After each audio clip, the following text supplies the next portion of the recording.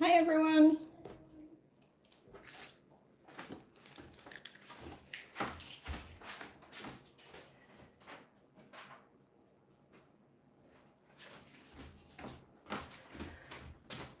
Sorry, I just have to finish setting up.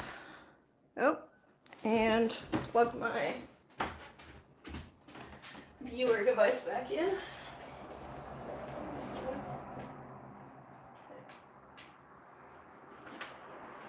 Here.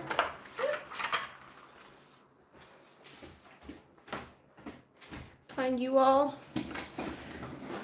How is everyone?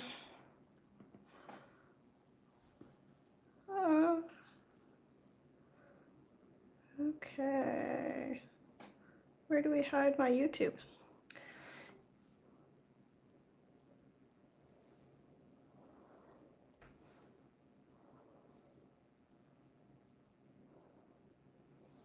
There we go. So I can monitor this. Hi everyone. Oh my goodness. Okay. So I guess I'm going to start this video with a little bit of show and tell. So first of all, some of you know that I recently got some new palettes. So this is 2 of them that I'm currently using, but there's 30 total. I just crossed 2,000 subscribers, which is a little overwhelming, yay! And I'm also almost at the monetization threshold for watch time. I was not very active on YouTube for several months, so my watch time was kind of low, but now that I'm back, that's picked up, and so I should cross that within the next week or 2. And I was thinking that I might do a giveaway with one of these. So I'm still waiting on getting a bulk order of half pans in. But these little palettes, which one did I? This one. These little palettes have dividers in here that hold half pans, and so I was thinking I would fill one of these, or at least one row maybe of one of these, possibly both rows, I'm not sure, with some of my picks from my studio palette so that people can try out my palette. Hello? What's going on here?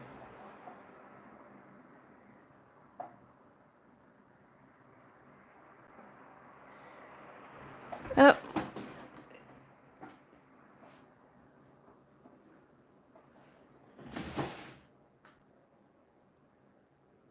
Oh, sorry.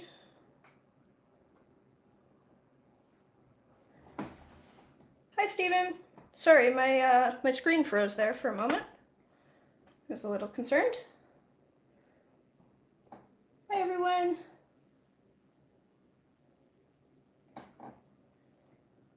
So yeah, I'll announce though that that giveaway soon, but this is just a little sneak preview. As soon as I get my hours up and I get monetized, I think maybe that's when I'll do another giveaway.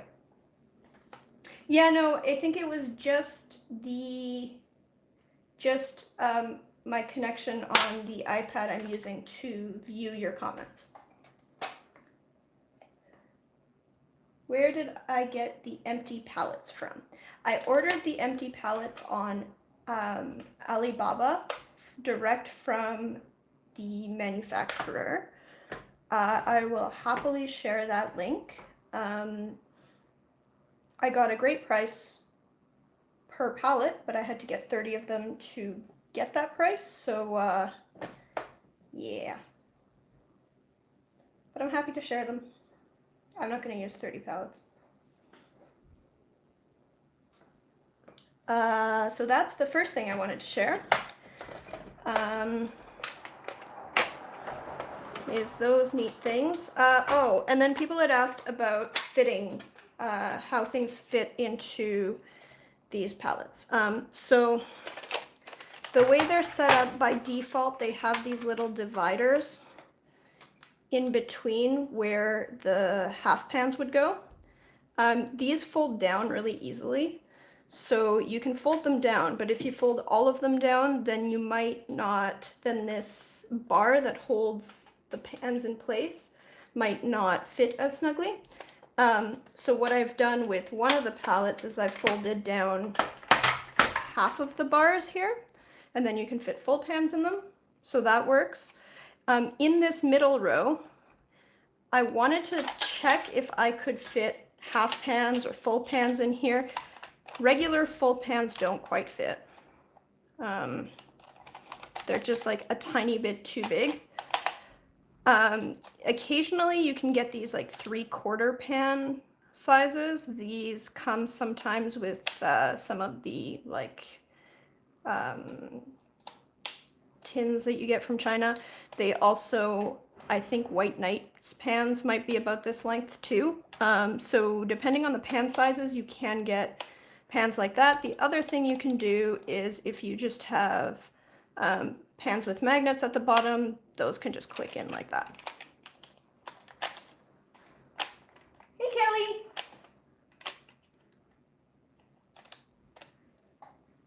He says I'm also still hyperventilating at the thought of that giveaway. Cool, well, I'm glad that people are excited about that. It seems like a fun sort of giveaway, sort of unique.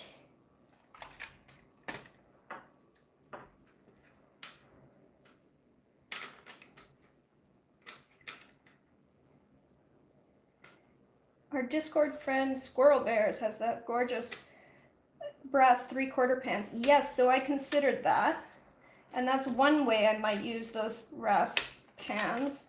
I also am still, like, after I bought these palettes, I've been a little hesitant to spend more money. But I had found some little brass turtle boxes, and I kind of wanted to like make one really ridiculous little palette that's just like a little turtle shaped ashtray in brass that has brass pans in it.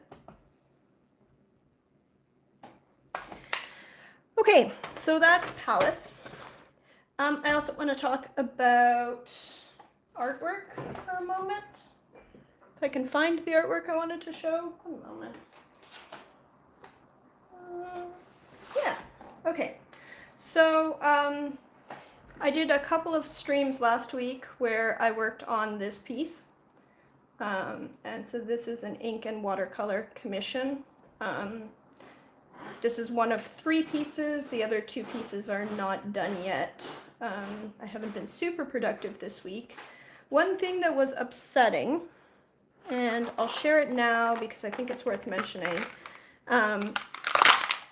I did the inking for this piece with the fountain pen filled with pigment ink from Platinum Sepia Pigment Ink.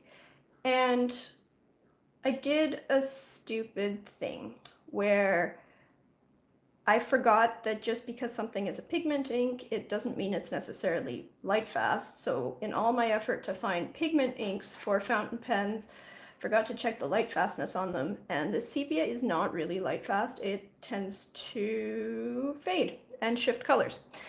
So that was a little upsetting. I had to go over some of the lines to make sure that it won't fade in weird ways.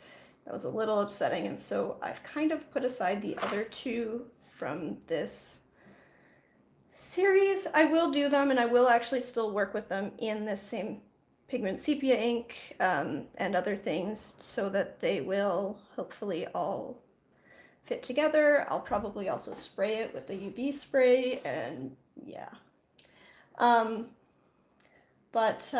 Yeah, don't be me. Check your light fastness ratings if you're going to be hanging artwork.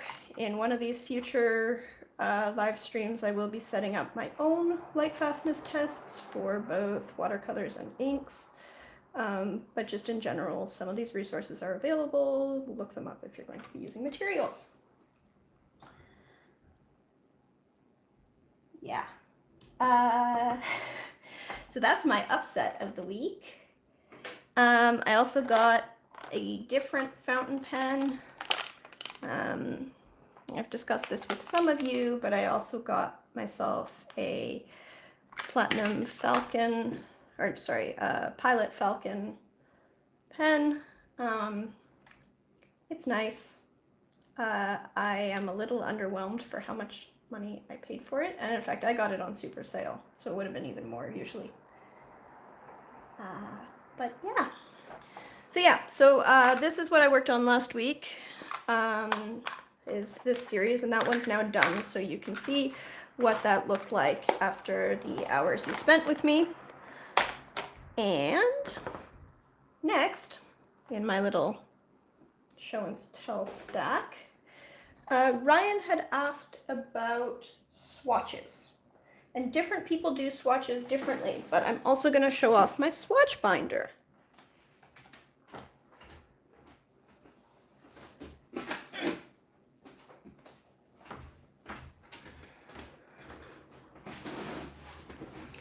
So, yeah, talk about swatches for a moment. So I have this little stamp thing. It fits on an acrylic block, and then you use it to stamp swatch cards. And then I've got a gigantic binder here where I've used swatch stamps. I'm not sure. Hi, Gabor.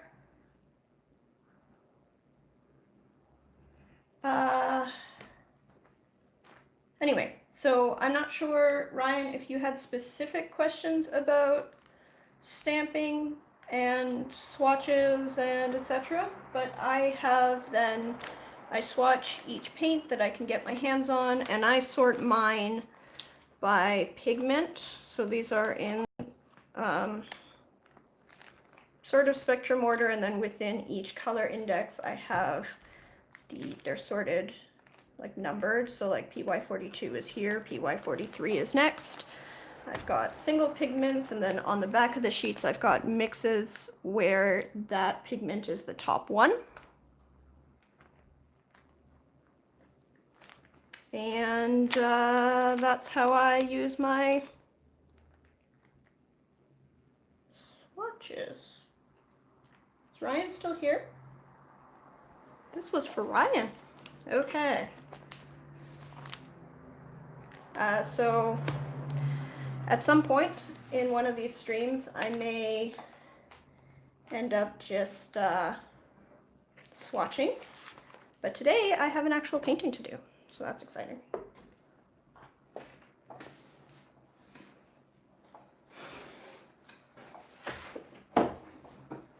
Hi, Herb.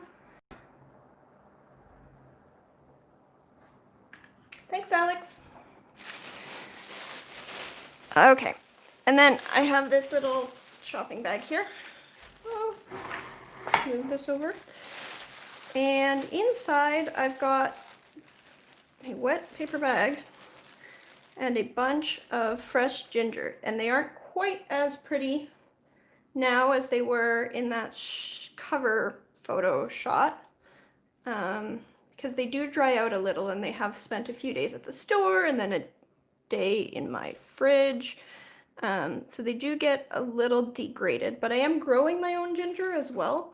It's just I didn't start mine early enough in the season, so it's still really tiny. So I'm using this ginger that I bought.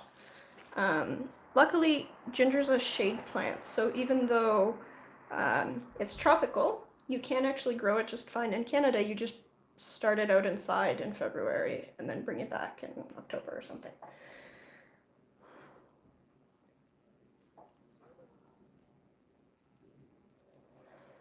So yeah, so I've got a bunch of these and I'm going to figure out which one I want to paint, draw a little sketch, and then yeah, get started. So I have a whole bunch of these things. This is how ginger grows. And so there's leaves that come out the top. And yeah. Will you cook with them after? Yes, so I'm gonna cook some of them and I think I'm actually gonna replant some of the others.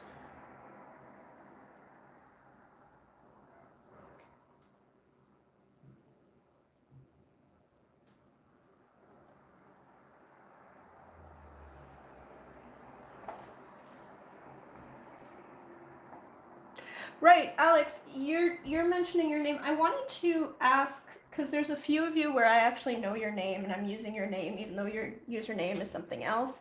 If you would prefer that I refer to you by your username because you're trying to remain anonymous, just let me know.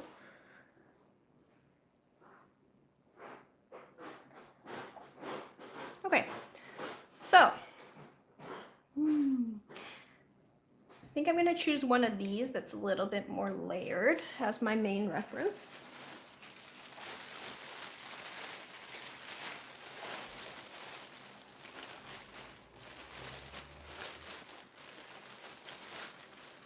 Okay, Lisa, I'm going to use your real name because as long as you don't mind.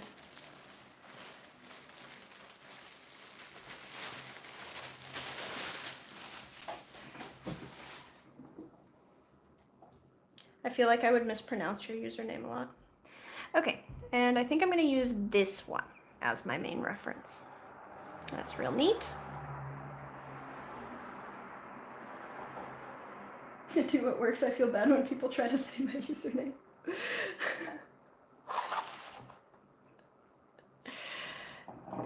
Okay, so the only challenge here is you're going to be able to see my workspace real well, but the angle's going to be different for you than for me looking at these little gingers. I probably want it up on a little bit of a platform, so I'm going to use this.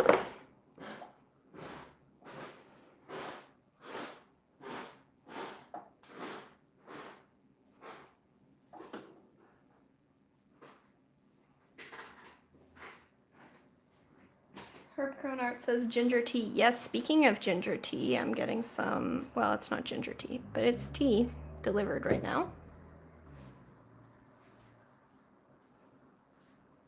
Ooh, hey!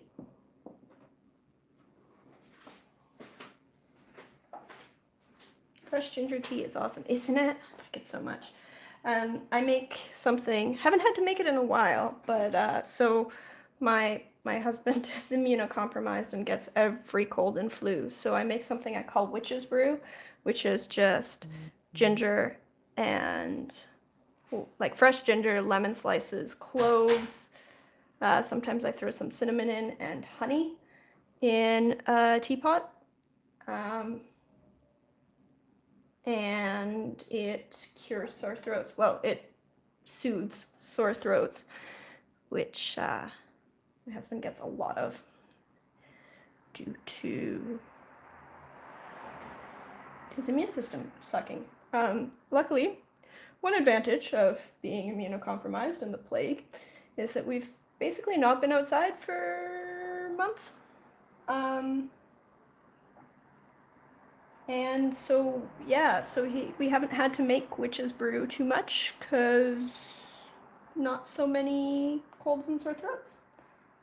Do ginger, cinnamon, and fresh mint. Oh, yeah, that's also good. So I'll sometimes throw in mint if I have fresh mint too. Basically, I just throw in all of the like throat soothing things that I can think of.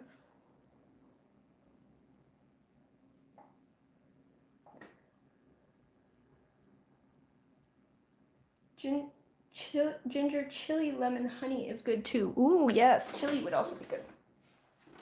Okay, I'm gonna grab my mug since I now have tea.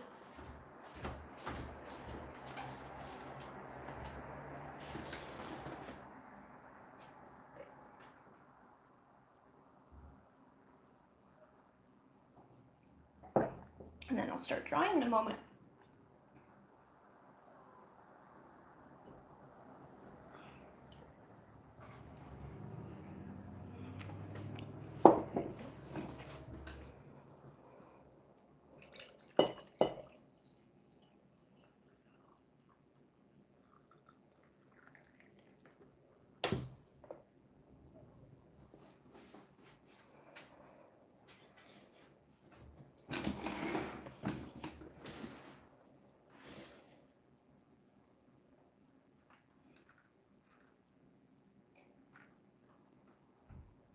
Elise says, have you ever tried a paper that makes you think you maybe just really suck at painting? Because I'm having that experience right now. I have definitely had that experience. I find that with many kinds of cellulose paper. You know, every so often I'll try to get some budget paper to do some demo on, and then I regret it because, you know, doing a demo implies showing people that you know how to paint. And sometimes it does that opposite thing where it makes it seem like you have no idea what you're doing. Okay.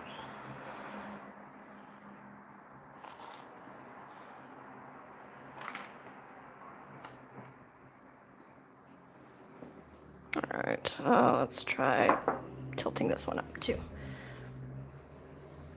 So I'm mostly basing myself on this piece of ginger here.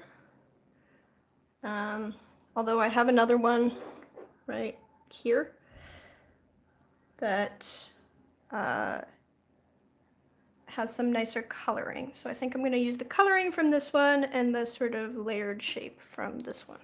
I'm just trying to position this one so that I see as much of this cool shape as I can, because I want to get some of the sections that aren't, you know, straight on.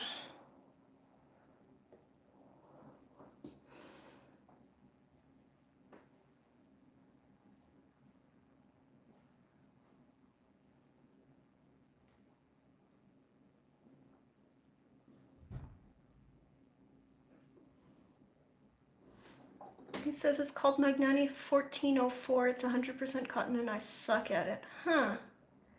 I feel like I've used some Magnani papers in the past. Is it hot press or cold press?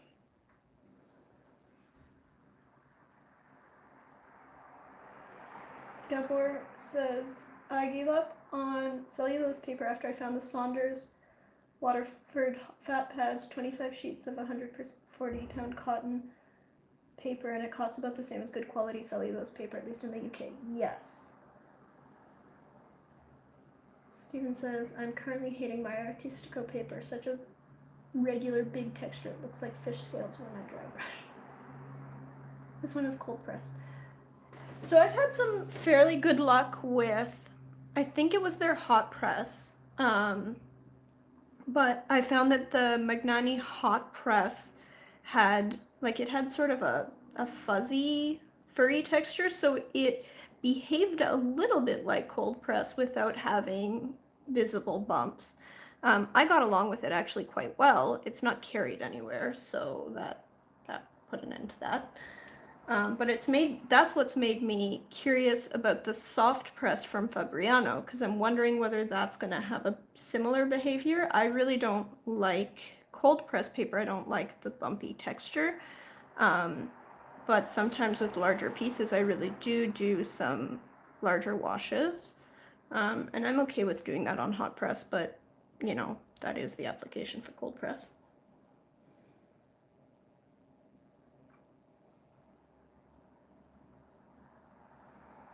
Kelly says the fat pad is 100% cotton.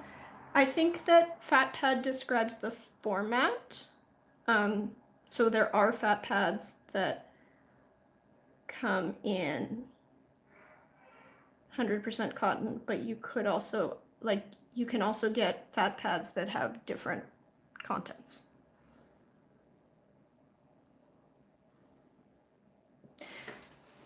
The fat pad is just, it's an A3 size, I think.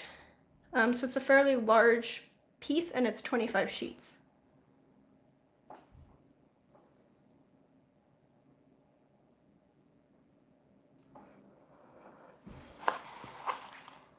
Okay.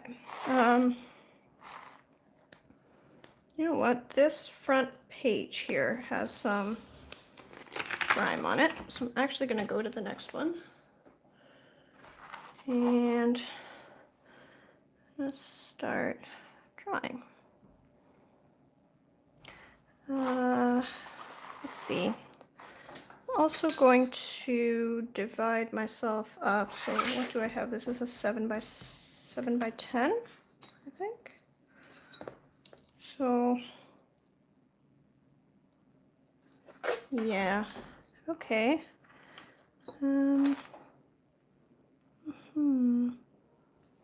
So I'm gonna make myself a little square here, so that I have some extra on the edge for color testing. This feels like I measured this wrong here. Nope. Okay. Maybe not.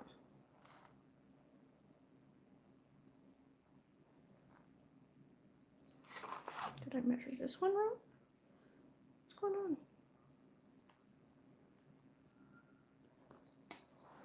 What in the world? Okay.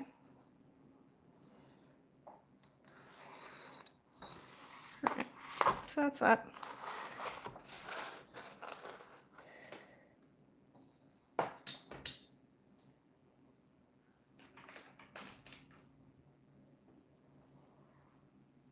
Ev says, I seem to be unable to add people.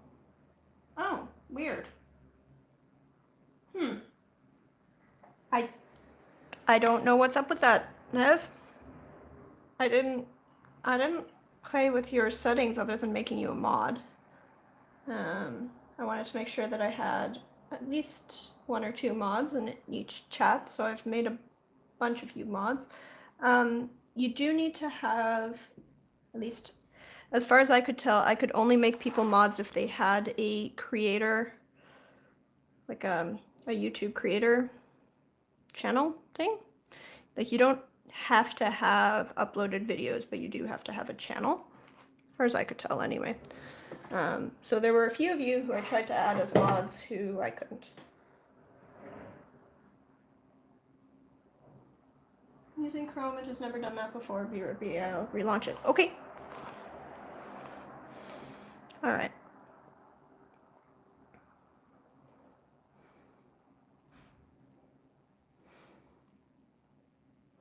So the neat thing about ginger, these are sort of organic shapes, and so this will be a little bit forgiving. After the adventure of that little frog that took me ages to sketch last time, I was considering whether I wanted to sketch on camera this time, but I think it'll be fine.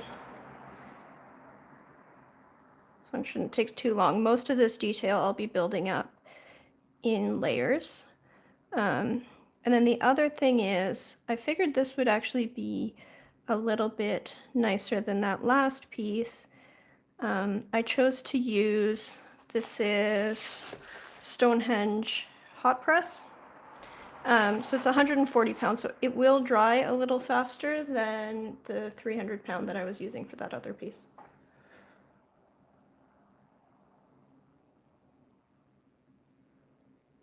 Gabor says quarter imperial is roughly A3 and half of the quarter imperial is roughly A4. Okay, perfect.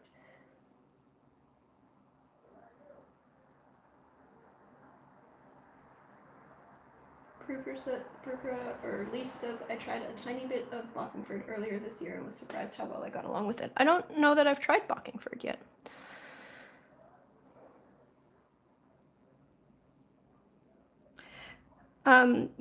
I get most of my art supplies from Jackson's Art, but I buy paper locally in Canada because shipping paper is expensive. Also, I have got to the point where now this is a pad, but I buy a lot of my paper now in full imperial sheets. I've got like a guillotine, a cutter thing that is 24 inches long, so it can cut the like the width, the smaller dimension of an imperial sheet, which is usually what I want to do. Although, of course, right now I've got a piece that I wanted to cut along the longer side, so. The ginger is such a beautiful and interesting shape, isn't it? Pretty cool. Okay, so that's gonna be here. And so these colors have it's lost a little bit of its interest, the colors, just because the store got this in stock on Wednesday, I think, and it was like really bright and beautiful when they first got it, and then I didn't get this until yesterday, and then I put it in my fridge. So it's been several days.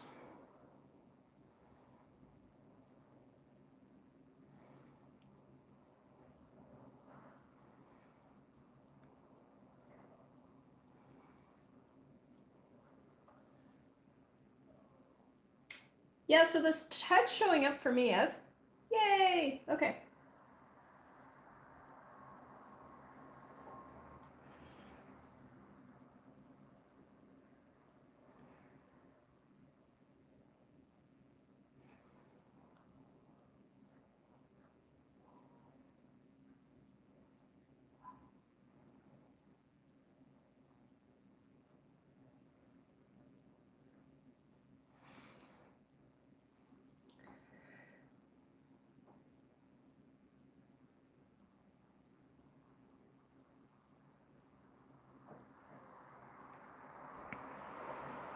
So how was everyone's week?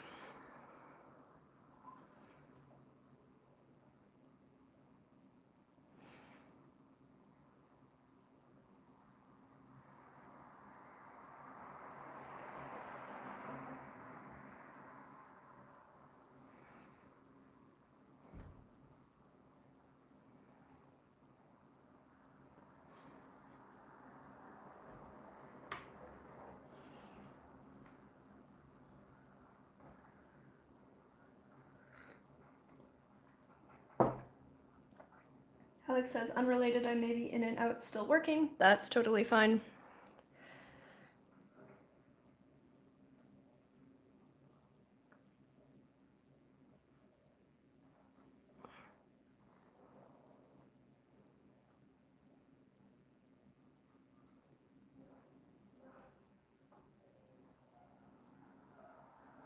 Hi, Dan. You're a mod now. Woohoo.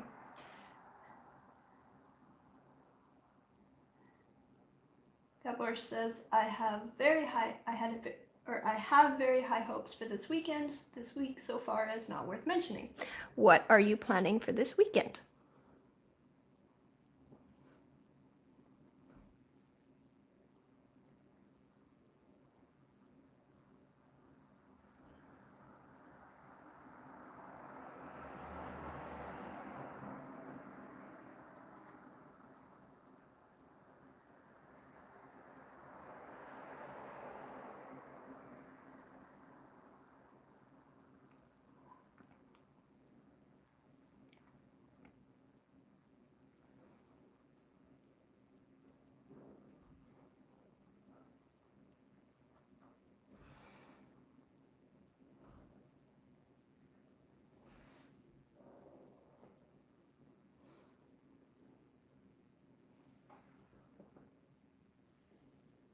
I've had one of those blurry weeks. It was fine. It just went by. Whoosh.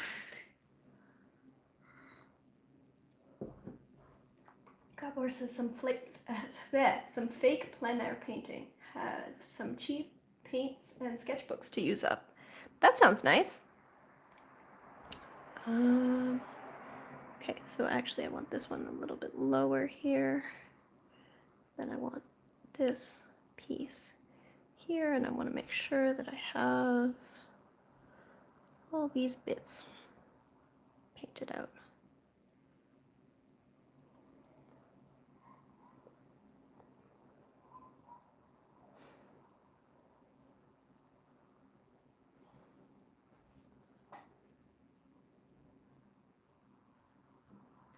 Good. Autumn is finally coming to the UK and we have stopped perspiring so much. It also makes it easy to create art when you aren't constantly flushed. I feel you. We are well into fall in Canada. We've had a cold few days, but now we're having that second summer, so it's really hot today. It's going to be even hotter tomorrow.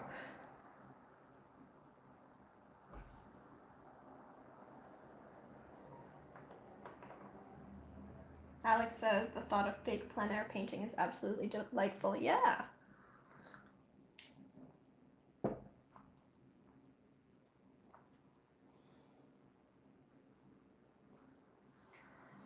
Lee says, hi Dan, I loved your showing off with Kibitra Forge's brass pans in the video today. Yes.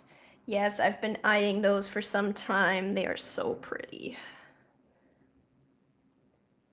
Dan, you can post a link if you'd like.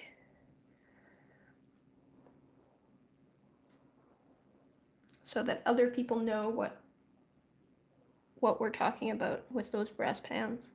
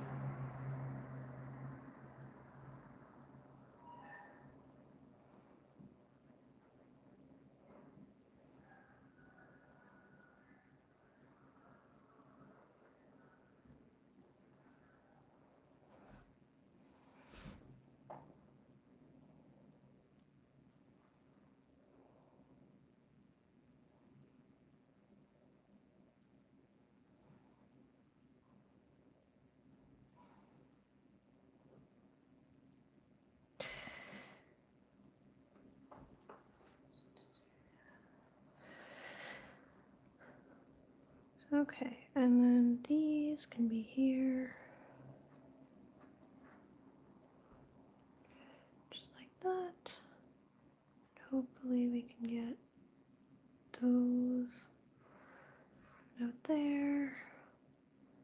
And that can be a nice smooth one.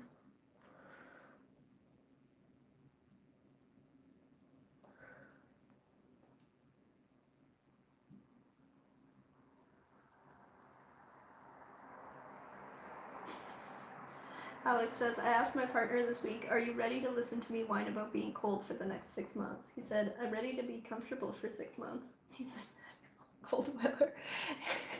Yeah, my husband's like that too. Kelly says, I commented on Dan's video that we needed transparent boxes to show off the brass pans. Yes, so I had that thought as well. Like, I really want those brass pans, but I'm trying to figure out what the best way to, like, you know, let them shine. Because if I just bury them in a box like a regular tin, you're not going to be able to appreciate them.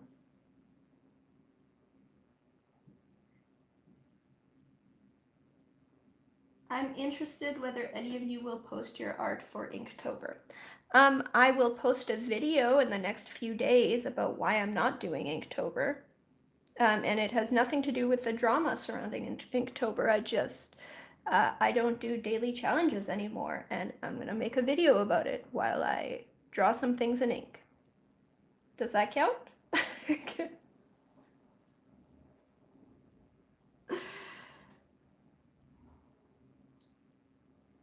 Ev says, Team Cold Dweller. Yeah, okay, whatever. And Dan says, I love the cold weather. It's going to be 12 degrees tomorrow. Can't wait. Okay, I'm fine with 12 degrees. If it was 12 degrees, if that was what cold weather was here, I would be fine with that. I could do 12 degrees all year round. My problem is with -20.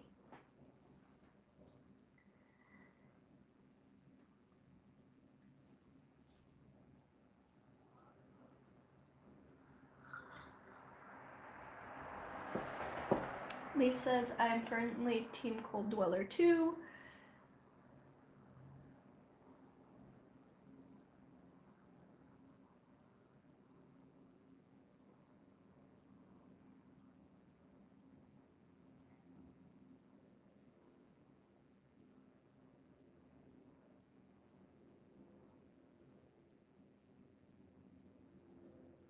Herb Crown Art says, I'm drawing a piece of ginger root. It's looking like 3 old ladies huddled on a bench at the moment. Half of it looks okay. Later, I may post online. Yeah, can you tag me? Like, if you're posting...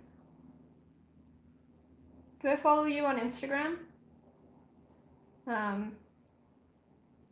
Instagram handle is @LeanneGold.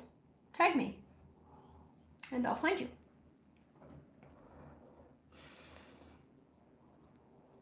If any of the rest of you want to join in and paint your own ginger too, that would be cool.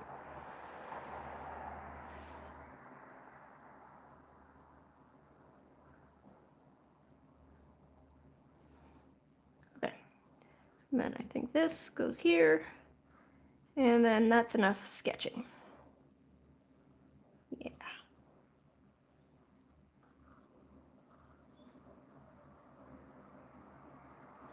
Okay, so I've got that, and now I'm gonna start painting it.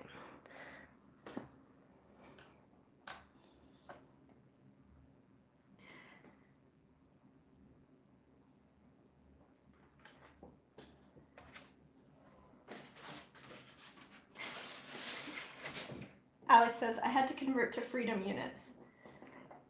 12C isn't bad, it just bothers me when in one day it goes from 12C to 27C to 12C. Yes, that also bothers me, although it doesn't bother me quite as much as when it goes from -20 Celsius to 12 to -20. That's a worse shift. Hi, Pablo! And Squirrel Bear says, I'm currently working on restocking the brass pans and also boxes. It's also a lot more comfortable now. The forge is not like an oven. Cool, I'm really looking forward to that. And I will chat with you about my crazy little brass turtle idea.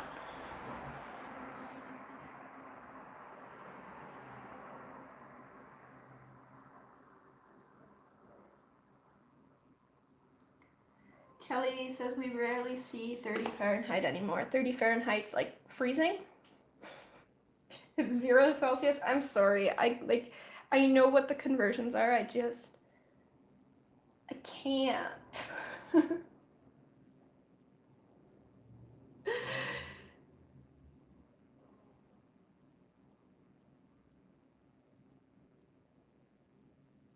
Yeah, Ev, if you go to his Instagram, there are some really neat little wood boxes.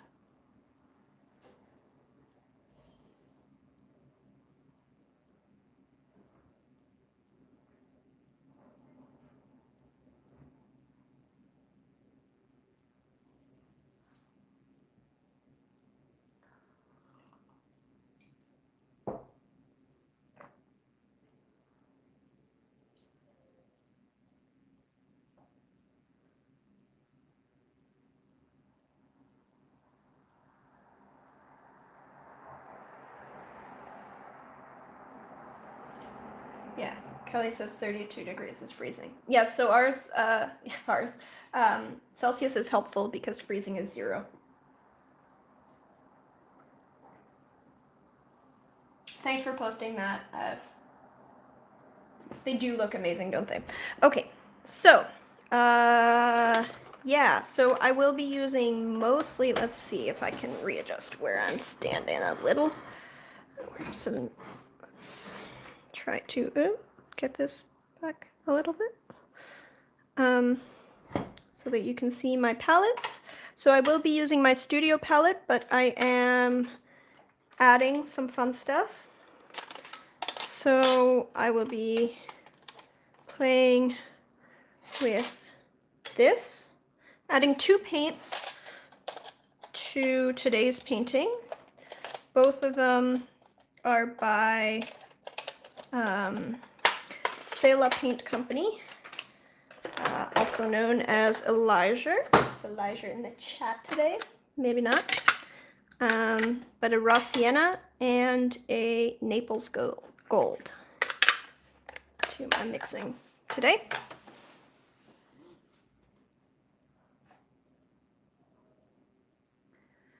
Paula says 32 Fahrenheit is also 0 degrees Celsius, right? Yes, not also. That seemed weird. Yeah, it is. Alex says, listen, they're freedom units, not logic units. Alex, you're gonna have to change that name soon. I'm sorry. Like, whatever.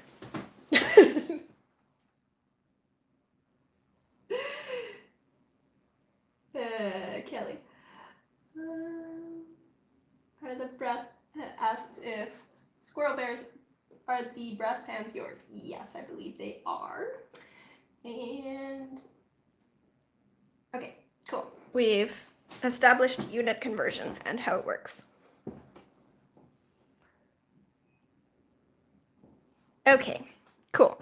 So my theory is I can get a nice glow on this ginger by mixing some of this Naples gold with some of the bismuth yellow. That's my theory. I feel like an actual Naples yellow would also work here, but I don't own an actual Naples yellow, so we're gonna use Naples gold. That's gonna be this like buttery yellow. That's quite opaque, and I'm just going to use that as an initial layer.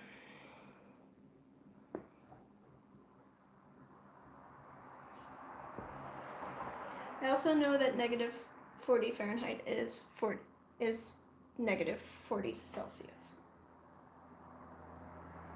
You're painting gingers. Yes, I am. So I found some fresh ginger, ginger root.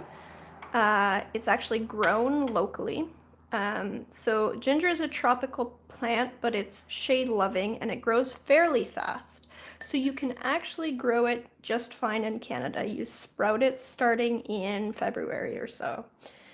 And then you shield it and protect it during the early part of the season. You grow it through to October or so, shielding it at the end, and then you can bring it back in and replant it. So it's an indoor-outdoor plant here, but because it's shade-loving, you can start it out indoors and overwinter it indoors, grow it outside during most of the growing season, and grow ginger in Canada. And yet, we import most of our ginger. So I thought that was kind of neat, and I wanted to paint some ginger. Ginger flowers are really beautiful. Yes, they are. They don't really get to flowering in our climate. They're a little fussy about when they flower. So we don't get ginger flowers here, but we do get ginger root. We can grow it just fine. So I'm growing some outdoors, but I started mine a little too late. And so I got some from a local farm.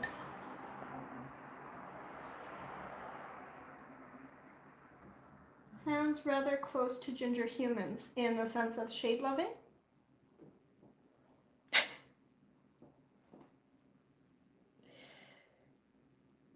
Okay, so let's see. Yeah, that works as a base color, doesn't it?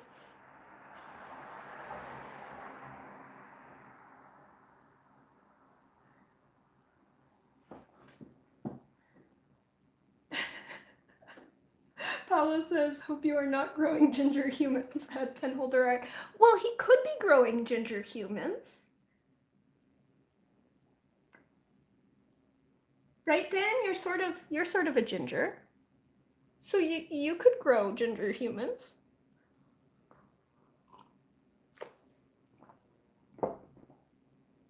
My nephew's a bit of a ginger, which is surprising because my sister is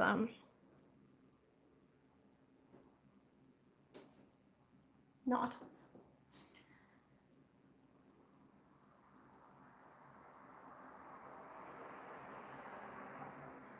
It says ginger humans.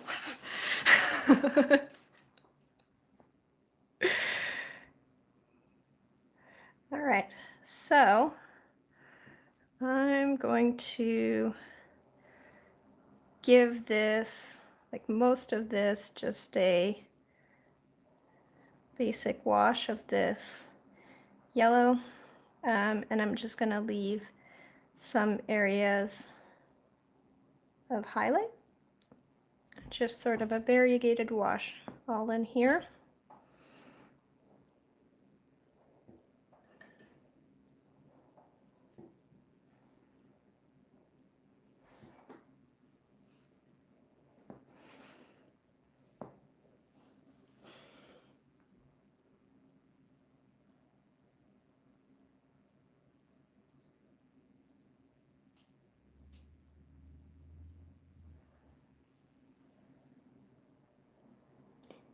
Paulo says I was getting Invasion of the Body Snatcher much. It says I'm a ginger human. Well, there you go. That.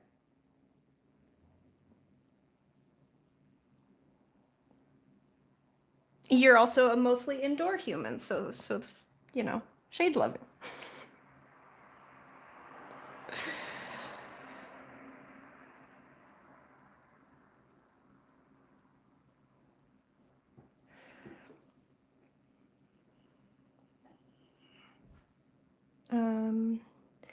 And I am gonna throw in some of this.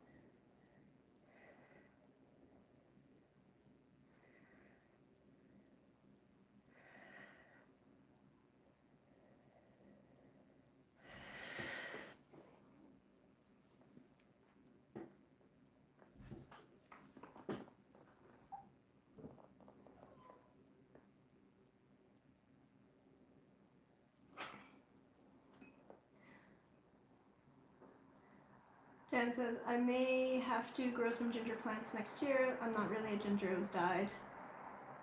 And I won't ever have kids. My children will be fur babies. Yep, same here. I'm happy with the fur babies.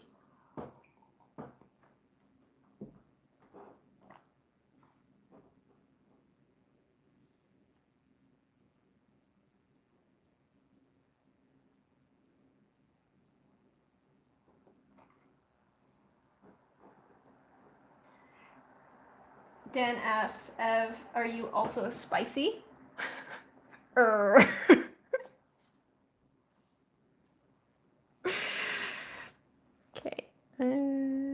so I'm just gonna keep painting here.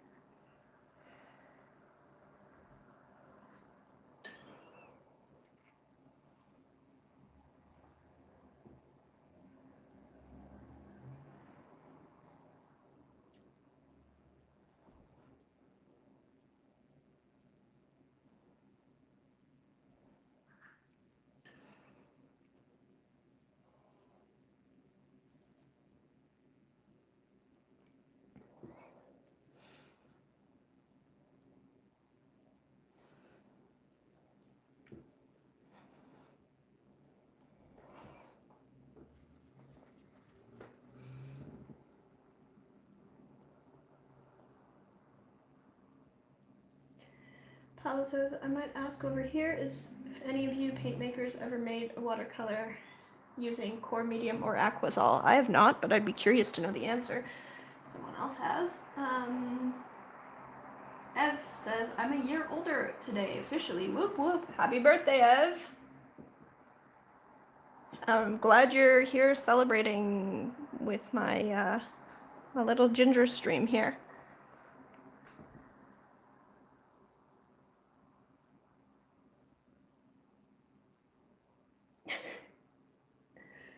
Paolo, I have toyed with the idea, but it requires so much experimentation that I can't be arsed. Yeah.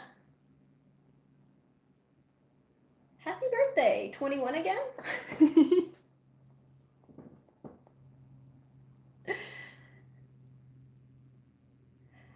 Alex says, okay, back after a spot raffle. I too am a ginger. Perfect. Perfect. I've got a bunch of gingers watching me paint some ginger. It's kind of like a portrait.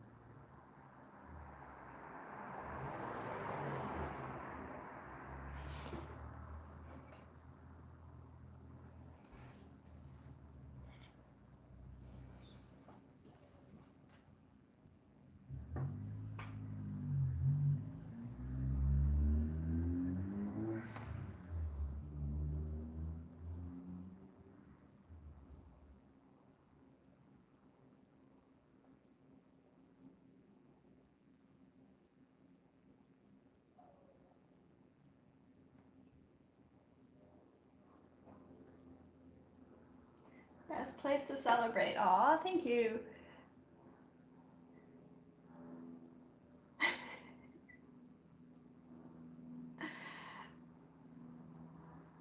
21 again. Paula says you can get the core watercolor medium, but I have found almost no information on the subject. Cool. Yeah, I haven't really looked into it. Squirrel Bears says, what? Happy birthday. Yes, indeed. So Dan says, Paula, not seen that anywhere. I've tried some core dot cards and honestly they weren't anything special. They do behave a little differently from other watercolors, like on paper, but yeah, I mean, they are just paint at the end of the day. Alex says, the best thing is on a 29th birthday, write on card, happy 29th again, and cross out the again inside, welcome to your future. Cronart says, happy birthday. Paula says, it's your birthday today, Ev. Happy birthday. Hope you had a nice party on Animal Crossing, because that is fun. I did. It's pretty cute. Aww. Paula says, they make such weird claims. It's like still talking about the core, like the Aquazol thing. Lise says, I turned 42 a couple weeks ago, and as a Douglas Adams fan, I am chuffed. Happy birthday to you too, Lise. Dan says, I'm 29 next year and strangely not feeling nervous. I keep forgetting how young you are. Like, okay, only like 4 years younger than me, but you're turning 29 next year. Yeah, okay, 3 years younger than me.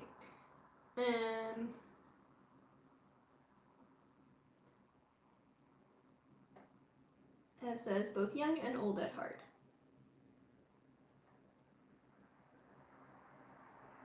Alex says, at least that's the best number. Dan says, there isn't anything wrong with them. They're just nice, but just not as much difference compared to other brands. Yeah, I mean, there is I feel a slight difference in like the release of water, but like to be honest, every brand's a little bit different. I don't know that, you know, it's specifically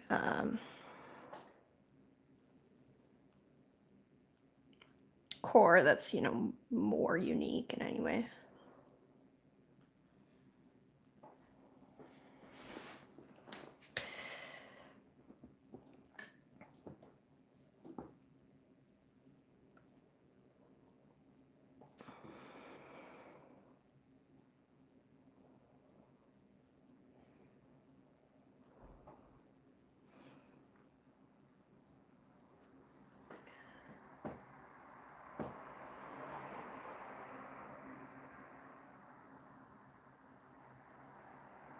There is the claim that Aquazol makes better blues because it doesn't go yellow.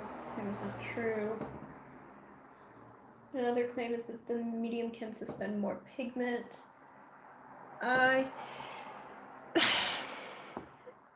Yeah, I'm not sure I really buy that portion. But again, I haven't tried to make paint with it. I'm just basing it on the actual core paints, which, you know, they're bright, but so are other brands. I feel like Core did some excellent marketing where they marketed themselves as the brightest paint, and they just chose pigments that are very bright in their sets, which is brilliant because I know so many artists who had been using other paints, Daniel Smith or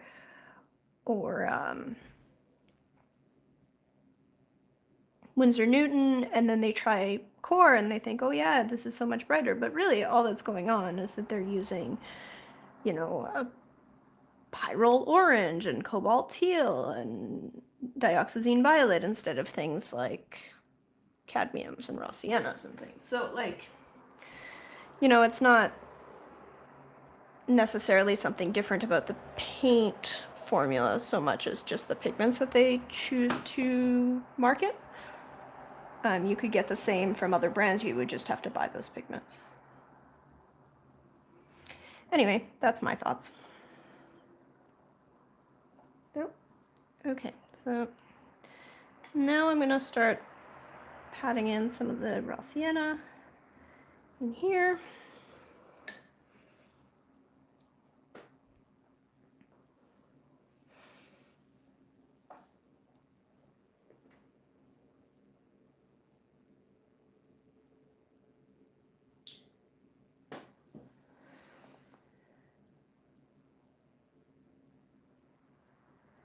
Sorry, I need to catch up on chat. I'm painting. I know some put alcohol in their paint so they dry faster.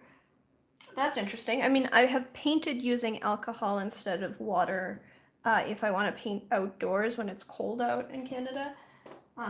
So, I mean, that works fine. I guess they would dry faster. Her Cronart says, I noticed Jackson's have brought out their own pigments today. Yes, that's exciting. I wonder, I haven't really looked into what their selection is. I wonder who their supplier is.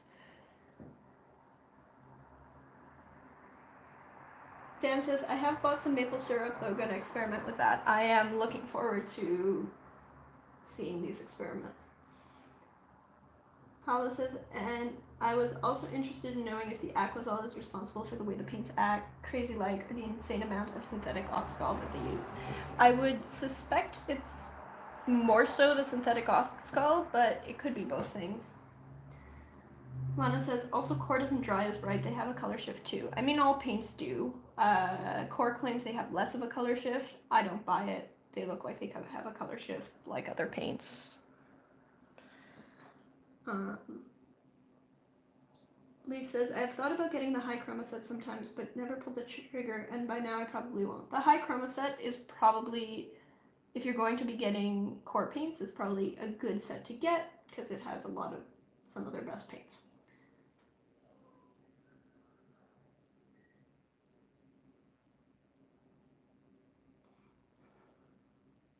Maple syrup is so pricey, I'd rather keep it for the waffles. Well, you would only use a few drops, right?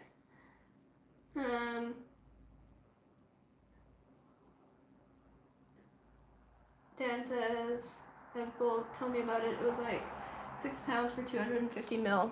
Yeah, I think it's probably a little bit more expensive where you are than where I am, but yeah, it is kind of pricey even here.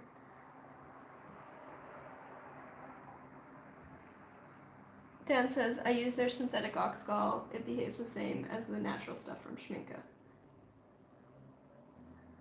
Paolo says, what I'm finding is that there are a lot of contradictory statements about core paints.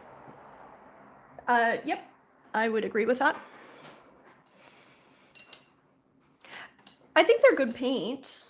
I don't really like how they behave in dry brushing, which is, you know, this is a common complaint I have about a lot of paints. It's not just core by any means.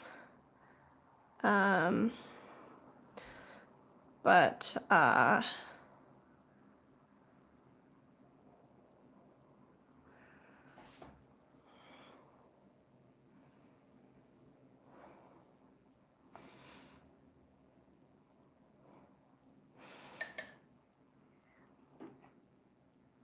right?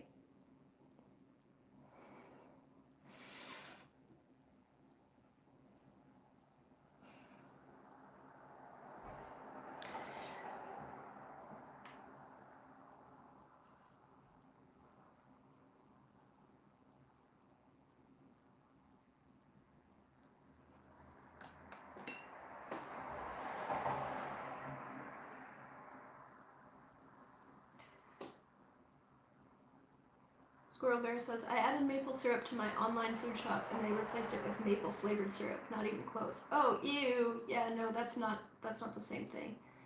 Lana says, no, they definitely have a color shift. Yep, they definitely have a color shift. However, I'm having issues at the moment with my gum arabic, so I'll have to see how it goes. Lee says, Lana, do you mean a bigger one than other brands? I mean, I don't know, in my experience they have about the same color shift as other brands.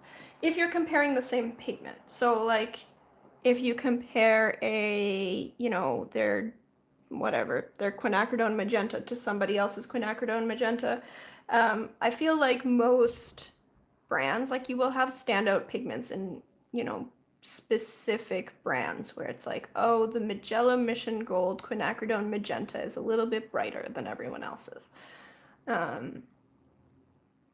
But generally speaking, yeah, I would say that core is just watercolor and it behaves like watercolor.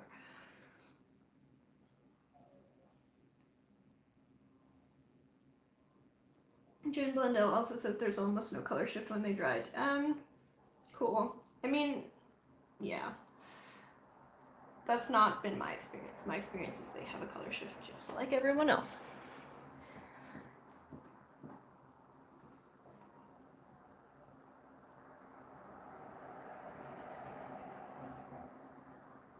I might be doing Kremer order in a month or two, so I might get some Equisol as it's not affordable.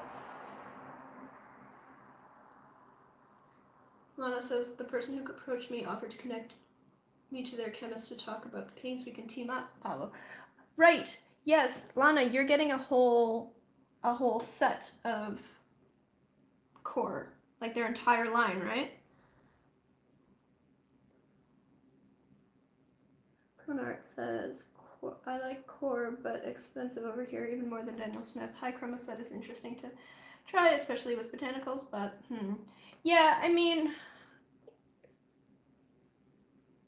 I've tried a lot of paint, and my experience is, you know, paint is paint to a huge extent. Won't stop me from trying more things, but, you know, it's probably not super necessary. Okay, so next we're gonna start doing some these areas in here.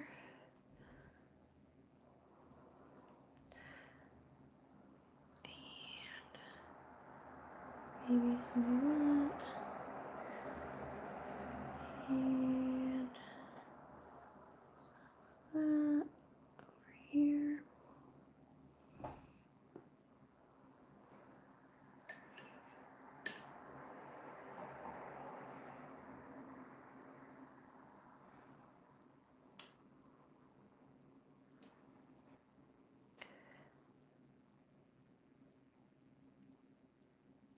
So I'm building up most of this form and detail in paint.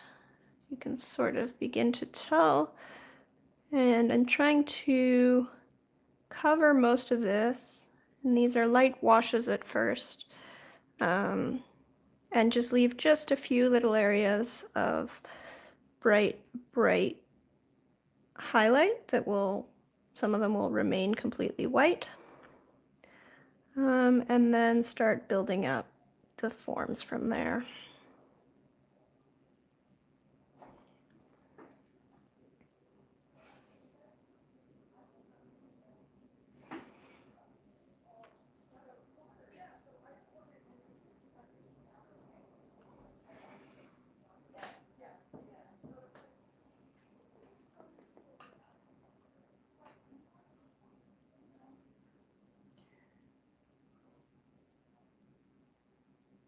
Paula says, did I miss something in the chat? I think you missed some background information. So Lana has a lightfastness site, which you probably already know about, that recently exploded because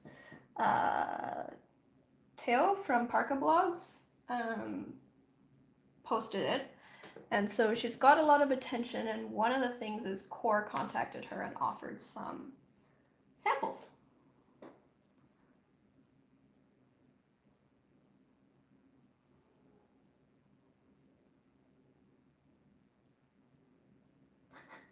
Dan says, Lana, people will be asking for an autograph soon. I want an autograph. This is my kind of celebrity. So I'm gonna add just, I'm really enjoying this palette and just the ability to add just a little bit of this and that here and there. It does mean that I'm using a lot more colors in each piece than I used to. So far that hasn't been a problem. So I've added just a tiny bit of the turquoise to get some more greens into some areas of this.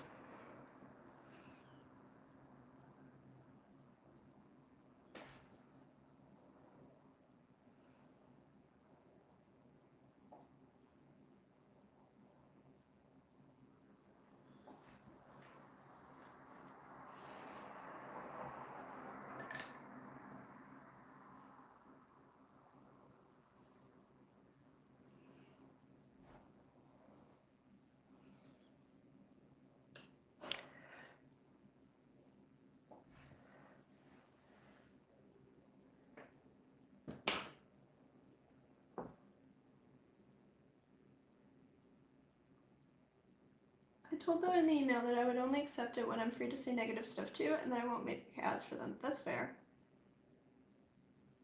Lana says, did the box arrive, Lee? There's a whole letter to you. I have still not received your box, Lana. That it has been quite a while, but you know, Canada Post is really slow, and I guess with COVID too, I mean, but yeah, I haven't received your box. I did get a box from Alex yesterday, so that made it.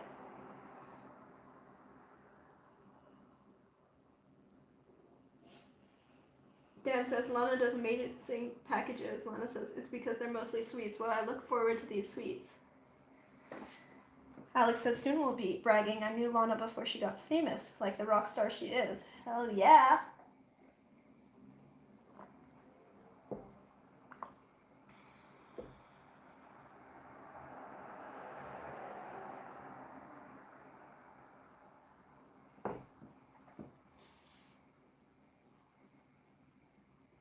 Paula said, did that lady ever respond to your question on the Teo thread? Okay. I don't know what that's about.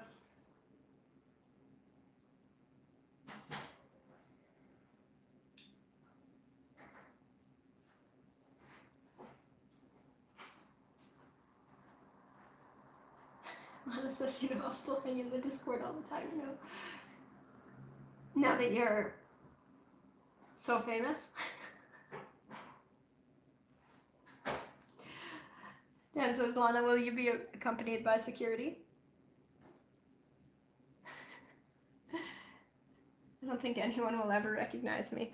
Ah, you know, all those watercolor rock stars. Okay, cool. So next, let's see. Let's start building up some shadows with a smaller brush.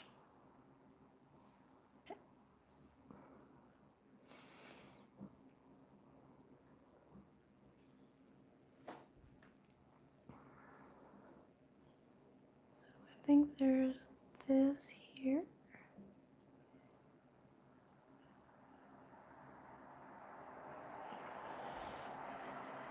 And so I'm mixing a deep shadow color.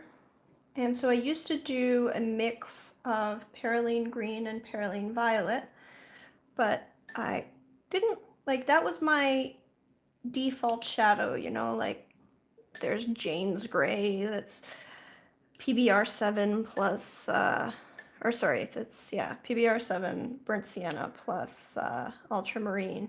Well, my default black was a mix of perylenes, a perylene green and a perylene violet. But I didn't like that. I didn't really use the perylene violet for much else. I used the perylene green for everything, but I didn't like having something on my palette that I basically only used for shadows. So now I'm using quinacridone violet instead. It doesn't mix as deep a black. It's got sort of a bluish tinge, but it's really neat. So that's what I've been using for my deepest, darkest shadows recently on this palette. And I'm gonna pull this over. So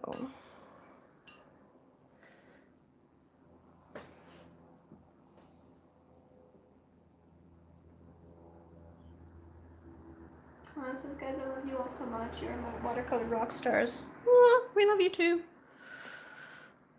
Okay. Oh, I see. Okay. Well, so then there's a little shadow area in here. I'm just gonna add in there. And then down through here, there's gonna be another little shadow area.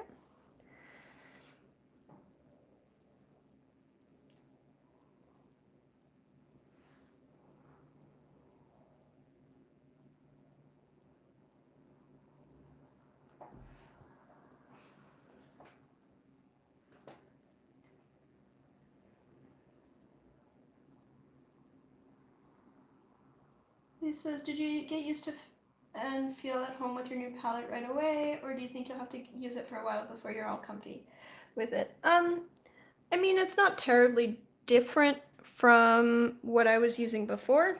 I did pick paints that I'd been using regularly. I just used to have tins sort of, you know, more like these ones, and I would just load the colors that I wanted onto a ceramic plate. So, I mean, I chose colors that I would be loading all the time anyway, and of course I can still just add paints like I've done today to my palette. So it's not that different. So in that sense, I adjusted pretty quickly. I have been trying to stick to mostly the colors in this palette. You know, I do enjoy adding extra paints from time to time, but yeah, so I mean, sometimes there's been a little bit of troubleshooting where I don't want to add another paint, but you know, I have to think a little about how I'm going to achieve a mix with the colors that I have. Yeah, pretty happy with it. You know, I do start thinking about, well, I could replace this or I could replace that, but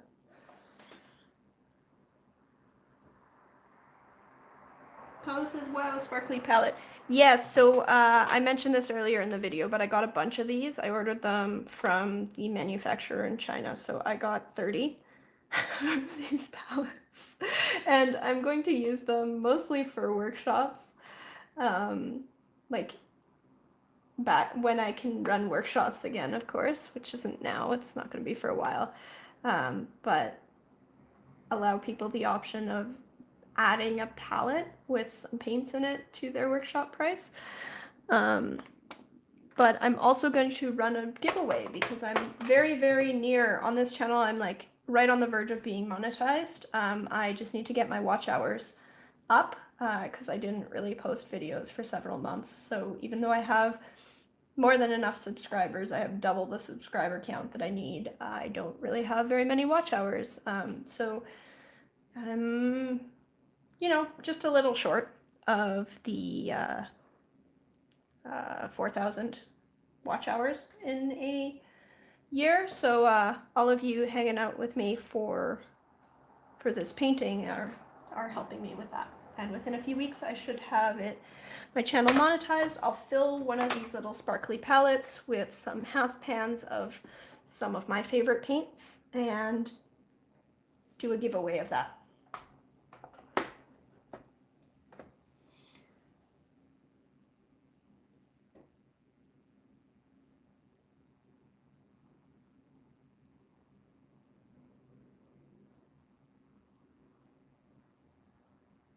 Lana says, do you have different colors or only this one? I have two colors. I have the sparkly teal and the sparkly purple.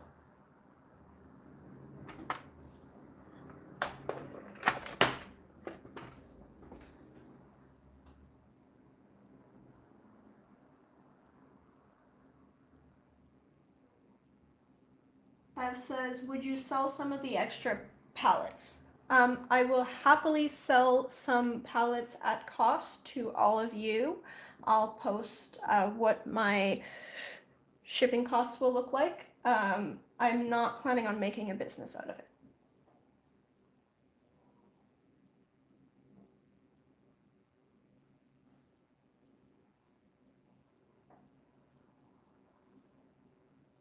Kelly says, oh my, I need them both. Right, well, Kelly, I have two set aside for you.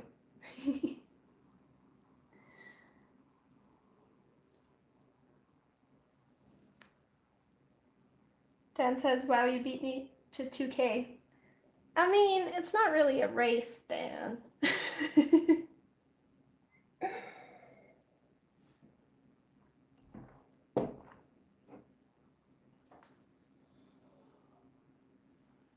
Paula says, no sparkly orange. They didn't have orange. They did have some other colors available that weren't sparkly. I decided to just get the sparkly colors because they were the prettiest that they offered. But I can ask. They won't custom manufacture for me. I did buy in bulk, but you know, I would need to order a lot more for them to custom manufacture. But yeah, I mean, I was thinking that maybe down the line I might get some more of these. And in that case, you know, maybe they'll introduce an orange.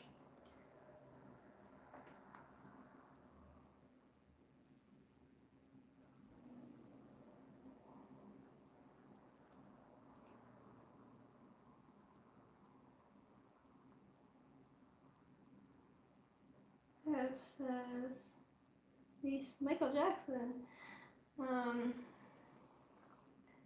Dan says, my channel has been slowly dying this year. I don't seem to mind though. Oh. Well, I mean, it really depends on, you know, what you want to achieve with your channel, I guess. Okay, so these are mostly dry, and I'm going to start adding in a little bit more. So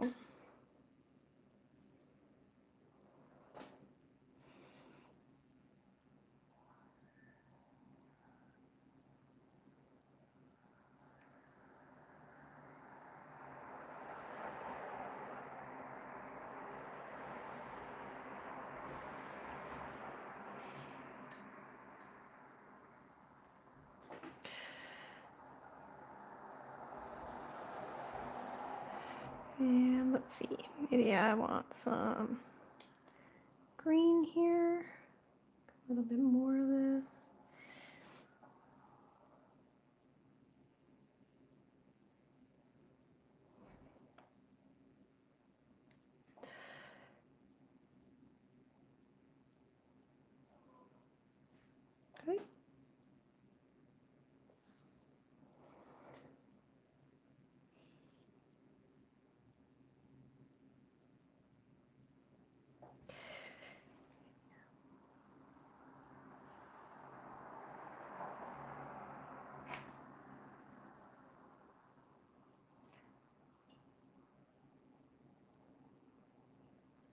Dan says, "Oh, Dan, yeah, Dan, do you wanna talk about that?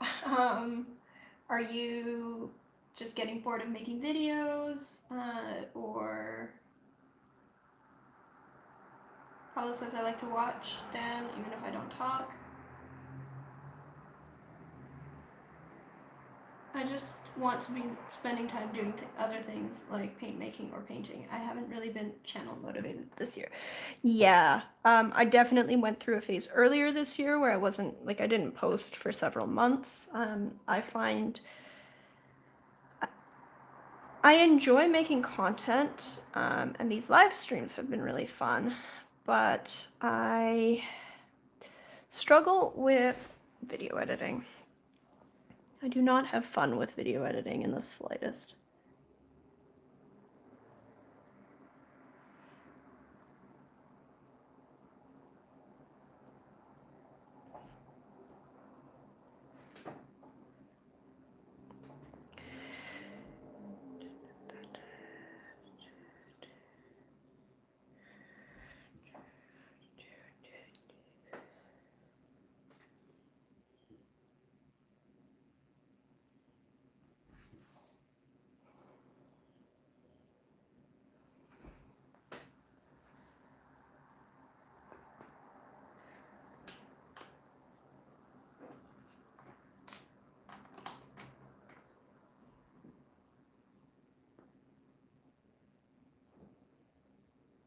Kelly says, "I probably need to start commenting on everyone's videos, but they delete before posting because, but then delete before posting because they always sound stupid. Maybe stupid helps."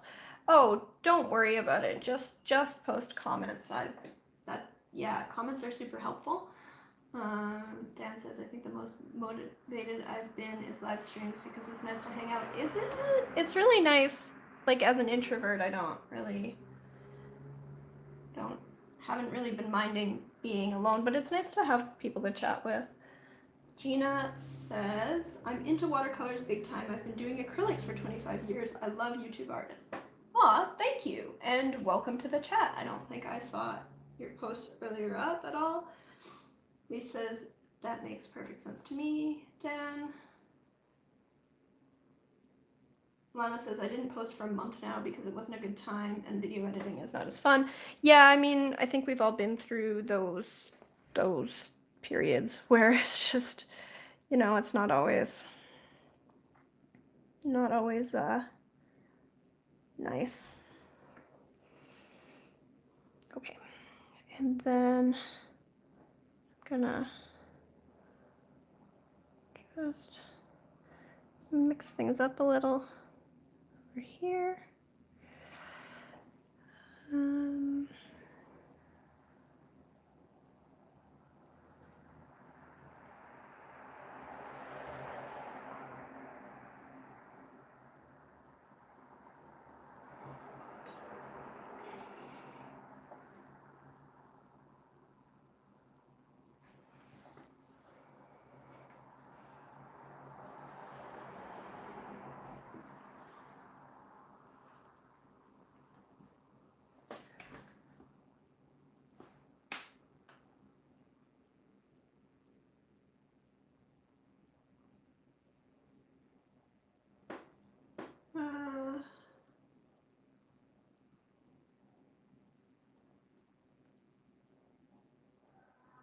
Lee says, "Hi, welcome. 25 years in acrylics must have taught you a lot." Yes, that I would be interested to hear what you have to say about acrylics, Gina.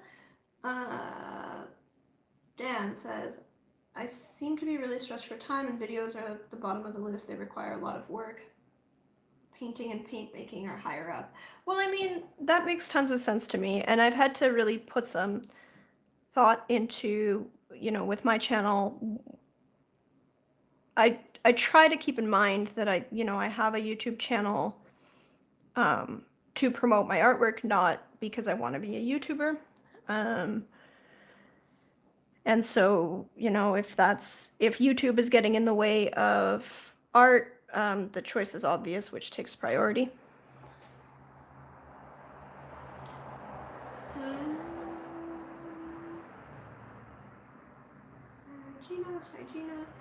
Gina says, yes, I've had lots of practice.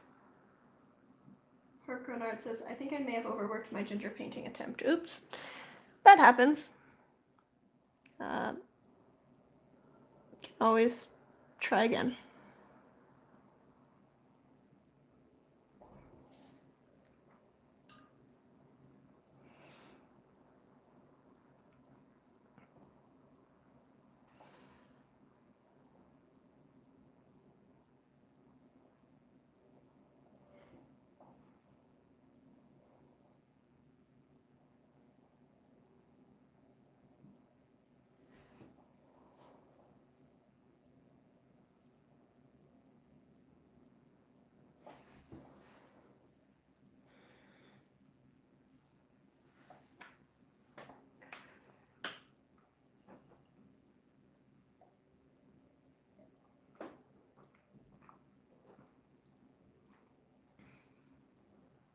Dan says, maybe 2021 will reignite the spark. Perhaps. Gina says, I've gotten Amazon Prime and I'm getting enough paints to last for many years. I love it. Watercolor is nice that way because it doesn't go bad. I mean, acrylic, there's a lifetime on your paint tubes. Watercolor, the worst case scenario, you have to cut them open, but they do last forever. Herb Crown Art says, perhaps buff titanium will cover it up since it won't dab off. I'm joking. Herb Crown, how about you just let it dry? And then you can, it's sometimes easier to lift out just a little once it's dry. It also sometimes, once it's dry and has color shifted a little, looks a little easier to fix without lifting.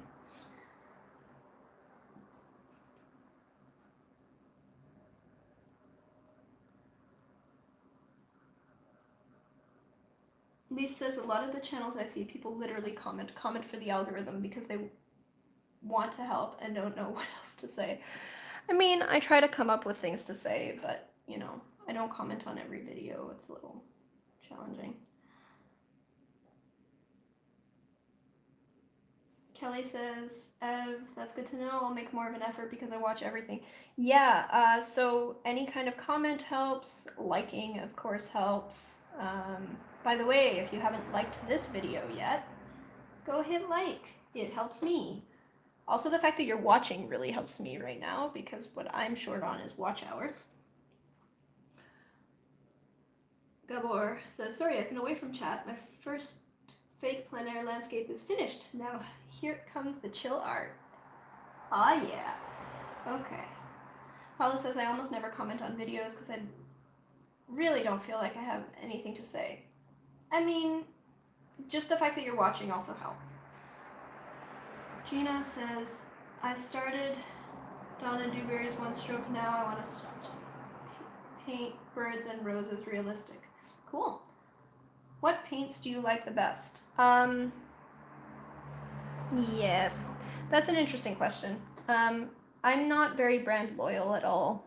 So my paints in here are, where did I put my cover sheet for this thing? Sorry, one moment. My paints are a mix of different brands. I shop primarily by pigment. So I'm not too fussy generally about which brand they come from. If you hang around here long enough, you'll find out that I'm obsessed with Nicolazzo Yellow, PY150. It's the most transparent yellow you can find. It'll be called transparent yellow or Nicolazzo Yellow depending on brand. Mine is M. Graham, but it's available from all the brands. I tend to like quinacridone magenta. The pigment is PR122. Again, this might be called permanent magenta, quinacridone rose, depending on different brands. You just look at the packaging for the pigment. I think this one's by Magellan Mission Gold, but again, I'm not terribly focused on brand. I just shop by pigments.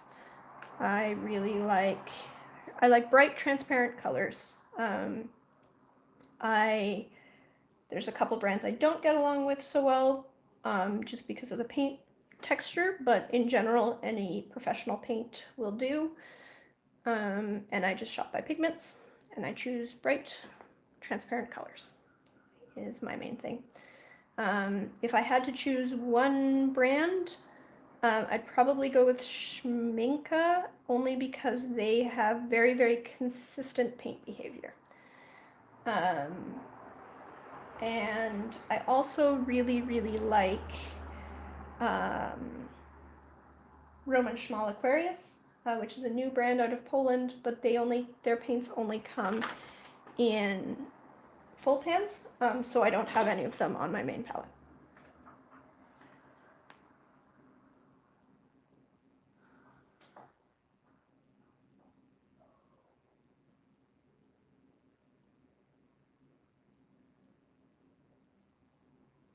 Dan says, it's also not helping that my most watched video has little flurries of views due to some big channels making similar content, and it's drawing in some of the trolls. Oh, yeah, yuck.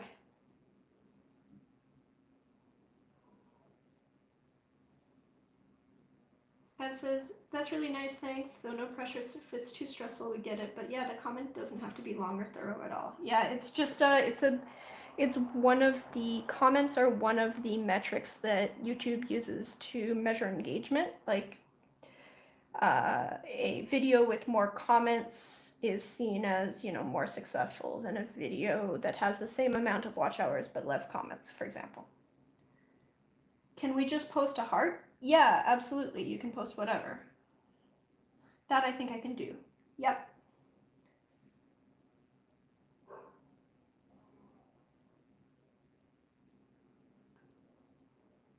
Yeah, I don't mind if I get a that's a great comment. Every interaction helps with YouTube. Indeed. Gina says, I comment a lot. I love to support my favorite artists. Thank you.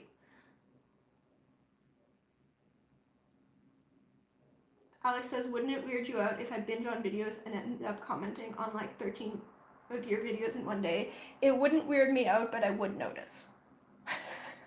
And like, I would notice, but I have seen other people do that. It's fine. I kind of enjoy it. It's like, oh, you spent an afternoon watching my videos.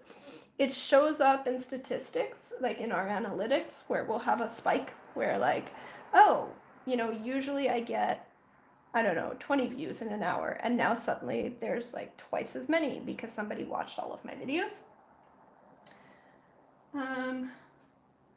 Dan says, that's why I started live streaming. It's super good for getting watch hours up. Yeah, it really is. I was at, I think, 3,000 watch hours before a few weeks ago. Now, granted, I hadn't posted a video in about 5 months, so my watch hours were really low. Even though I have the subscribers, if you don't post videos, you don't get views. So I was at about 3,000 and you need 4,000. I'm at 3,600 within a month. And basically most of that is just the live streams. So yes, live streams are helping with my watch hours, and that's what I need right now. Kelly says, I've wondered the same thing on many occasions. Yeah, I wouldn't worry about it. I mean, it happens all the time. We do notice it, but it's not a problem. Paula says, it took me like 2 years to start chatting on YouTube, and yet here you are. We're so happy to see you. Lise says, I just finished an off-triad color wheel during stream. I do stuff like that when I don't have a lot of energy, but I still like to do those because they always look so nice. That's really cool. I'd love to see that. So I have a, sorry, trying to make sure that I have it posted. In my video description, I have a link to my Discord channel. I know a lot of you are also on Ev's Discord channel, but I have a link to mine in the description if you'd like to join my Discord.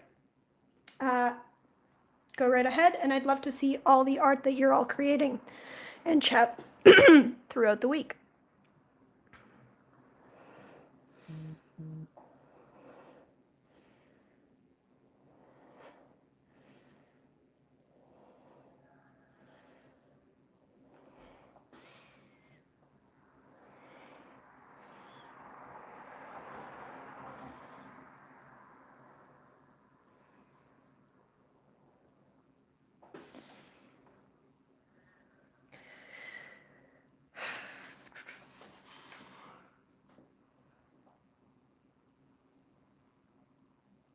Dan says, Alex, nope, it might take me some time to heart all the comments, but it still helps. Ev says, not really, no. Yeah, it doesn't weird us out. We've all seen it. It's pretty cool, actually. But yes, it's noticeable.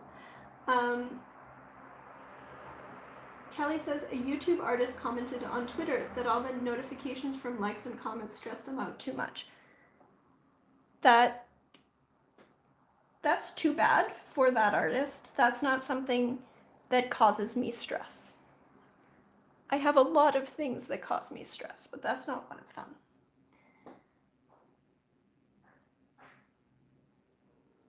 Gina Bado says, I have the Daniel Smith 283 dot card. Can't bring myself to spend hundreds on expensive ones. I got Pro Shinhan. I love them.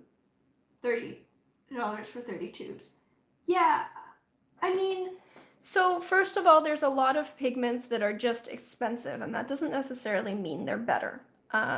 You know, I have tons of phthalos on this palette, and those are just like, those are the cheapest pigments you can get. They're available from every brand. Depending on where you are in the world, some brands may be cheaper than others. There's really no point in like buying the most expensive brand or buying the most expensive series of paints. Like cobalts are just expensive. You don't necessarily need cobalts. Gabor says, currently I'm in love with Winsor Newton Indigo, then second favorite is Pearline Green. I love the old mixture of Daniel Smith Transparent Orange and Daniel Smith Quinacridone Burnt Orange. Undecided for yellow. Well, I have a suggestion about yellow, Gabor. PY150. Transparent. Nicolazo yellow.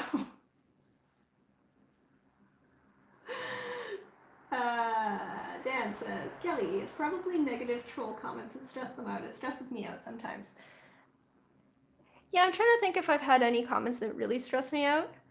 I mean, occasionally I'll get some unsolicited advice about things that have nothing to do with my art, and sometimes that annoys me, but generally just comments don't really stress me out too much.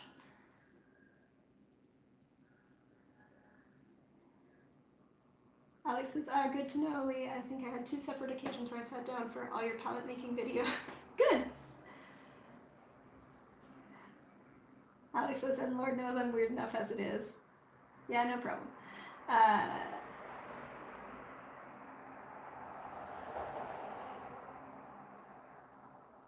Gina says, Liza, how we get to know you. I like you already. Thank you, Gina. I like you too. Kelly says, I just don't understand the mindset of negative comments on a YouTube video that's free. Yep. Ev says, Kelly, I know, right? And posted a link to my Discord. Thank you for posting that. Hunter says, I just found your channel and I'm currently getting into scientific illustration. I love watching your videos. Do you ever use gouache? I have used gouache. I have enjoyed experimenting with gouache. I wouldn't consider myself a very proficient gouache painter. Ev says, I don't get too many, but trolls don't faze me at all. Hi, Hunter. Welcome. Hi, Hunter. Yes, hello and welcome. Lee says, if you have 20,000 plus subs, the notifications can get overwhelming. I will cross that bridge when I get to it. Those will be good problems to have. Right now I only have 2,000 subscribers and my comments are not overwhelming.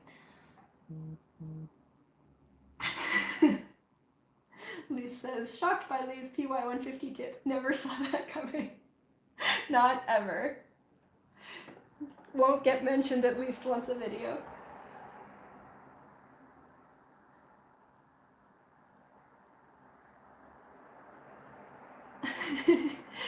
Dan says, they stress me out more because of the amount of times I roll my eyes. Ev says, I've set it so I don't get notifications until I log into my dashboard, which is where I go to address them. Yes, I think that's how I've set mine up too. Gaborola says, I like PY150, but I also like Aureolin. Probably I will settle with PY153 eventually, but I don't need to buy another tube of yellow for a couple of decades, I feel. Okay, so a couple things about that comment. I hope by Aureolin you don't mean PY40, because PY40 is very, very not light fast, and it fades in a particularly yucky way. And it will fade even, it's not even just a light fastness issue, it's just unstable, so it'll fade even in shade, and it'll gray. So I would suggest looking for alternatives to Aureolin. PY153 is beautiful, but it is discontinued. So again, consider alternatives. Barbie says, I love your painting and only use watercolors. That's really cool. Thank you. And welcome. I don't think I saw your comments earlier. Ed says, be right back. Gina says, I got me 8-ounce bottles of Winsor Newton Galleria paints. Acrylics, can't wait. Today I'm going to paint roses. I got magenta, cobalt, and violet, and yellow and white. Cool. That sounds really neat. Okay. I've been reading comments and not really painting. Let's get back to painting for a bit. I know about PY40, but most of my work hardly ever sees the sunshine. Yep, and you know what? If you're painting in sketchbooks, then you can use whatever you like. Ev is off right now, but she really, really likes Opera Rose, which is another one of these paints that's, you know, not super light fast, but it's really up to you what you're gonna do. It's just worth being aware, that's all.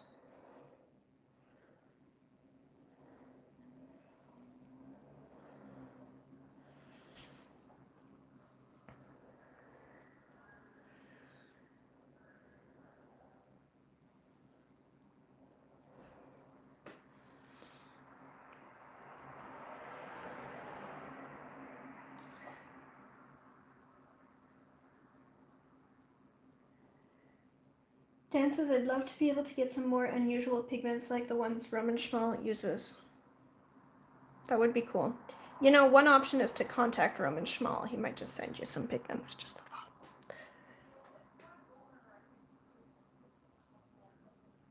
Alex says, delayed response. I can get the comments notifications being stressful. I'm thorough to a fault because of my PTSD brain. I can't really skim. I go through anything. Kind of brain scrambling. Yeah. No, I mean, I can understand, like, if you feel the need to go through everything that, you know, waking up to, oh no, I have, you know, 200 comments to go through can be overwhelming. I haven't had that issue. I haven't had that many comments all at once. Again, my channel's pretty small. So that hasn't been an issue yet, and I do hope that by the time, so my big career goal is as soon as I am earning a reliable enough income, I want to fork over half of it to an assistant. That's my, doesn't even have to be a big income. So, you know, I'm almost there, and I do feel like once hopefully by the time I'm actually getting, you know, thousands of comments, I'll have someone else to help me pick through the majority of them.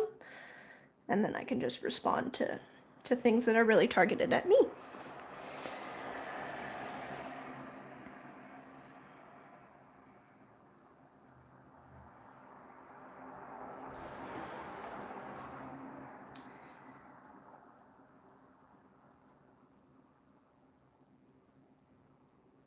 Cover says, I like Winsor Newton Opera Rose. It has PR122 in it, which is light fast.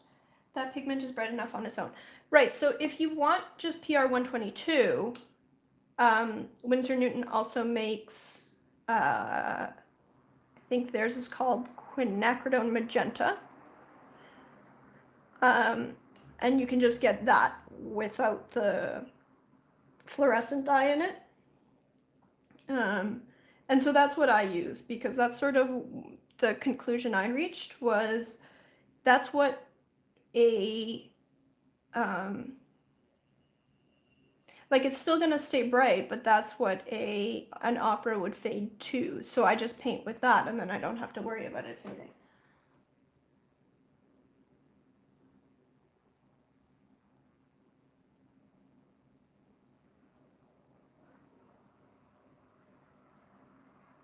Dan says, what's he like to email? I wouldn't even know what to say. I mean, Roman Schmal is he's the pigment nerd of pigment nerds. And he's just delightful. Like, honestly, guys, just go find him on Facebook and send him a message.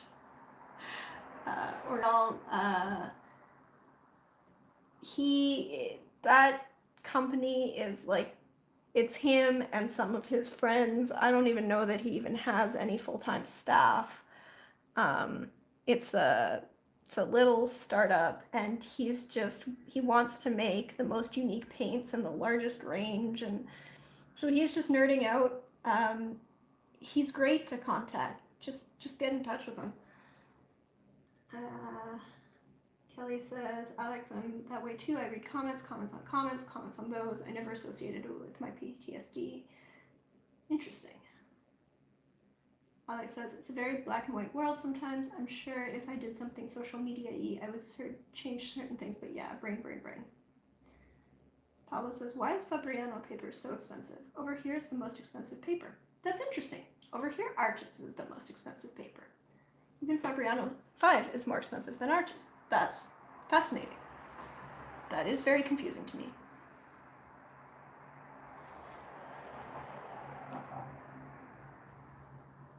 Alex says, I've always been a little thorough to a fault. PTSD just turned that dial. Baby steps, right? Right.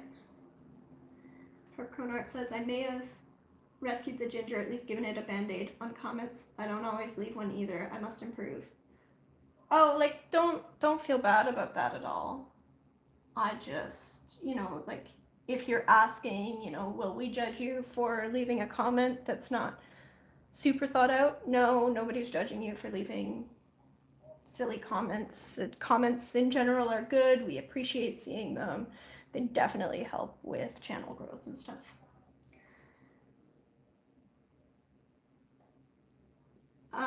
Can you send a link somehow to his link? Are we talking about Roman Schmal? Can one of the moderators throw in a link to, I would say the Roman Schmal art Facebook page would be a good place to start. If only I had Facebook. I'll name drop you and see what happens. I wonder how he manages to make that much paint. So yeah, so I think he does have some staff helping him make paint, but it seems like it's a very, very small operation, and like mostly part-time and mostly his friends. Okay, guys, I really need to have a quick washroom break. I'll be right back.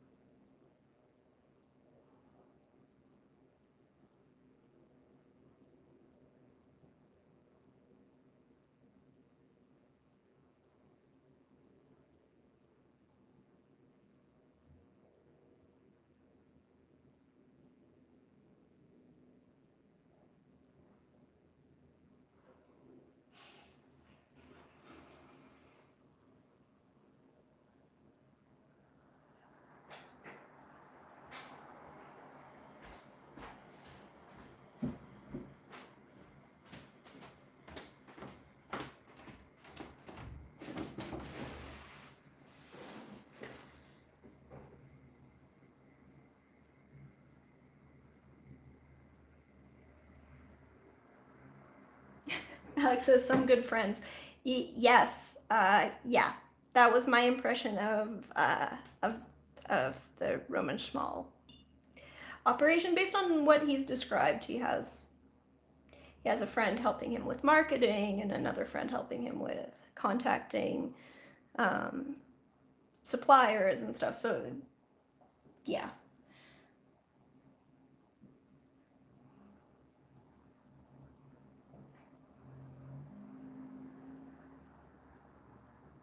Art shop I found in Poland. Dan,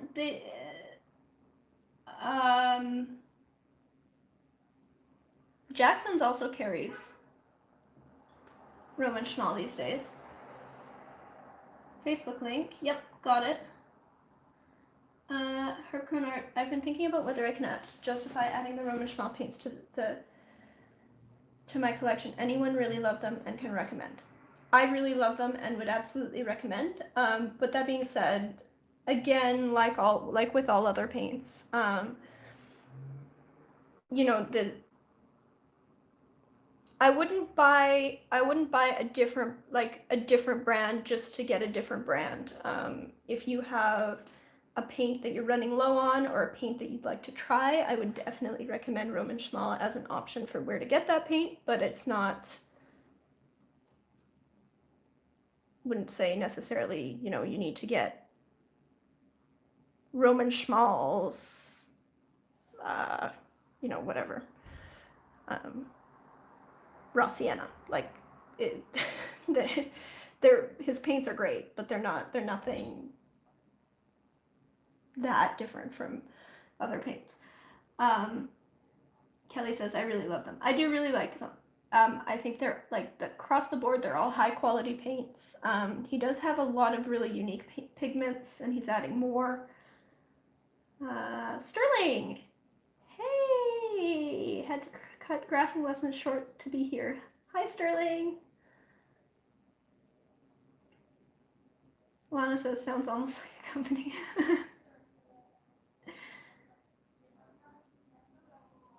Dan says he doesn't seem to reply to Facebook comments, but I guess he's better with email.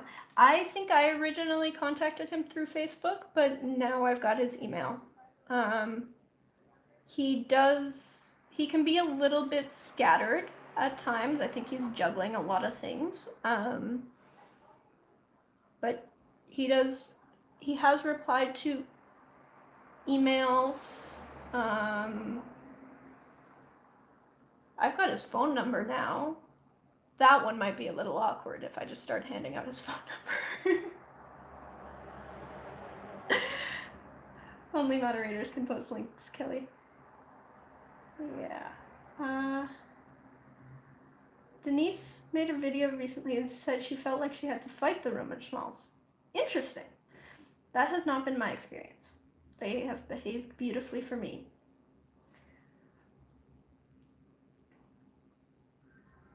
Perfect. Thanks, Dan.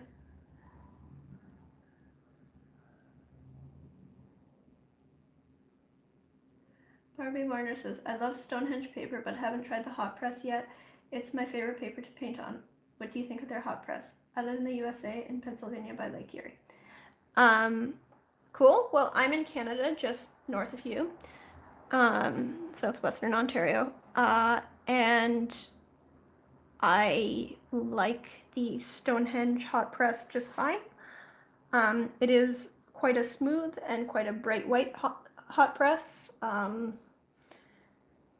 It occasionally has some issues with the sizing on it, although to be honest, most papers occasionally have an issue with sizing.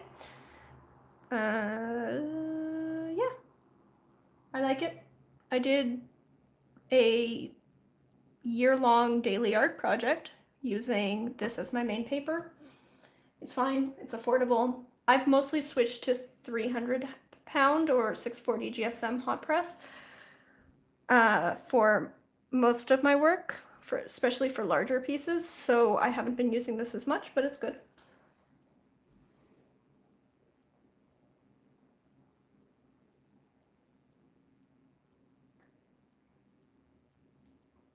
I hear you, Lee. What interests me at the moment are paints which granulate or have something special.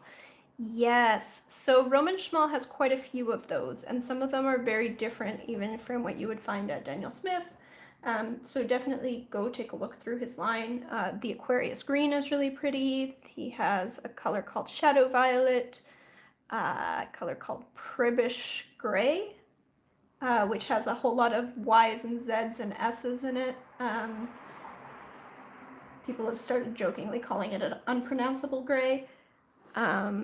But it is gorgeous. He has a lot of these specialty colors in addition to just a wide range of pigments. Too much oxgal dispersal agent in Aquarius paints. They do spread quite a bit. So if that's a behavior that you have a problem with, if you prefer your paints to stay put, maybe they're not for you. They do disperse quite a bit. They're probably pretty heavy on the oxgal. Kelly says, I love Aquarius Green. It's a really pretty color. That ocean blue. Oh yes, I'd forgotten about the ocean blue. The ocean blue is beautiful. Do I have it handy?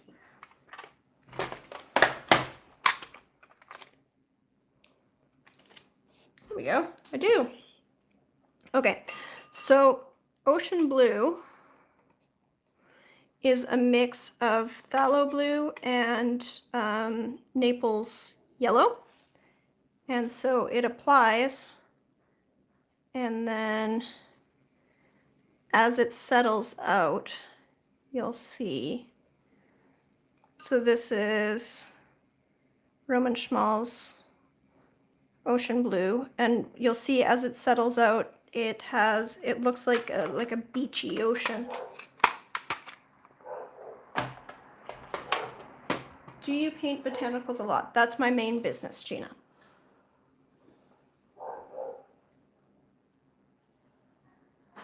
Sterling says, I'm making PY129 just for my skin tone palette. Ooh.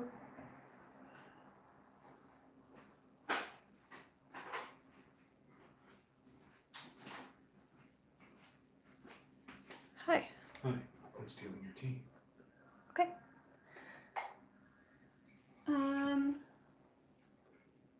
Sterling says, some of them stay too sticky for me, like M. Graham, but more problematic in a pan. Yeah, so I live in Canada, and we have very, very hot summers, so paints dry out in the summer, and we have very, very cold winters, which means with indoor heating, our indoor air gets super dry in the winter. So that means that things like Daniel Smith can be a bit of a problem because they'll dry like rocks, especially through the Canadian winter, especially for studio use. So I actually appreciate some very, very sticky paints.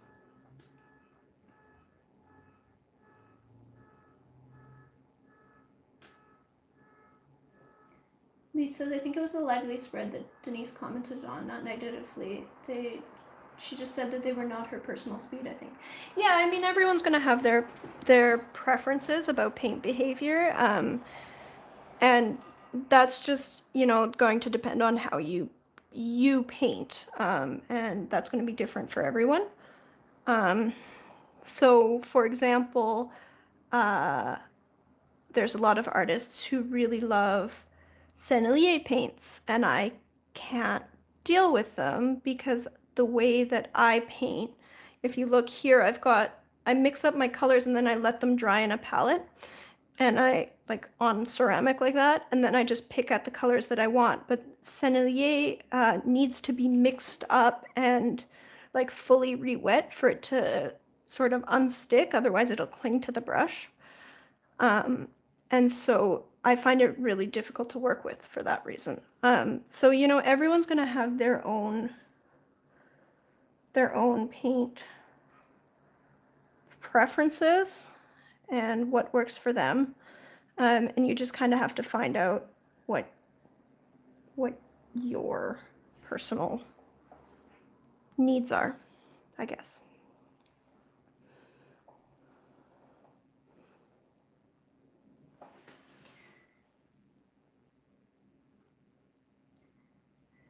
Sterling says, yeah, we have all the humidity here. Right, yeah. Barbie says, I love painting the sunsets here. We are like second in the world for them. What's your favorite thing to paint, Lee? I really love painting little, like I like lichen and mosses and little scenes from the forest floor. Earlier I showed, sorry, what I did. Earlier I showed this piece, which is 1/3 of a commission that I'm currently working on, and this has been really fun. I really enjoy painting these busy scenes and, you know, like I guess the forgotten bits of nature. The parts of nature that are really interesting and intricate, but that we kind of walk past all the time. That's what I like to focus on.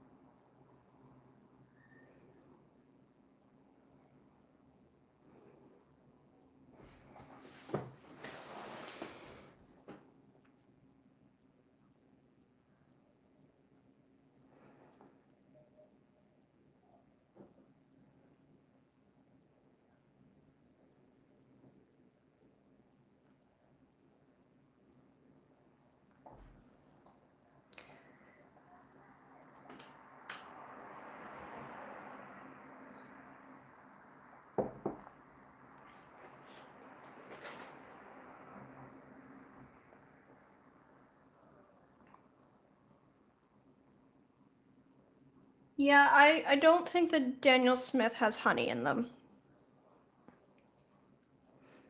They certainly don't behave like honey paints for me.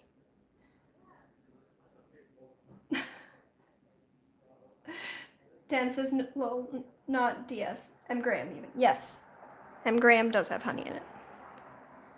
That is absolutely true.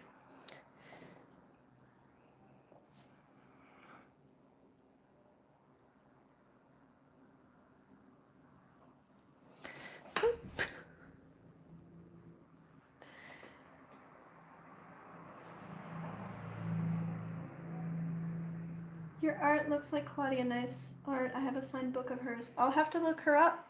I don't think I've ever heard of her. Gabor Ola, I also love zooming in to see the small things, the odd tree trunk, the twig in the river, stones, a creek, leaves, etc. Yeah, that's my happy place.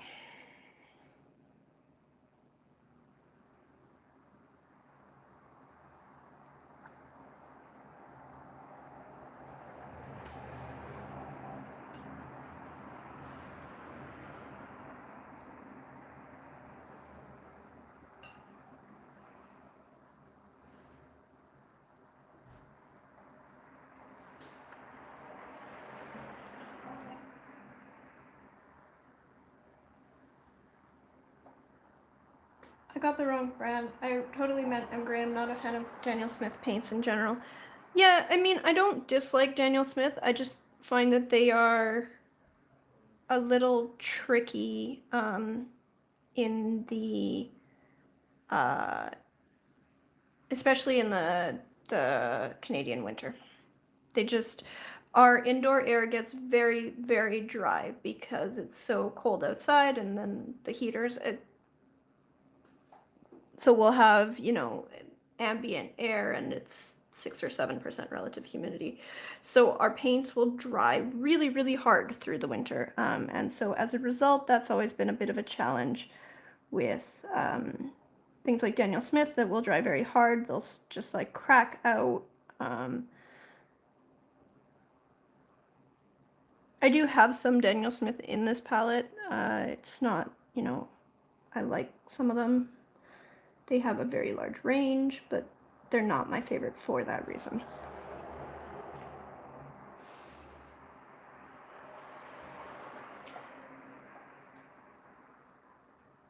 Did your brush just try to escape your fingers? Please say yes. Yes. Yeah. My brush kind of went flying. Sterling says, my brushes try to and escape far too often, sometimes in the mouth of furry deities. Yeah.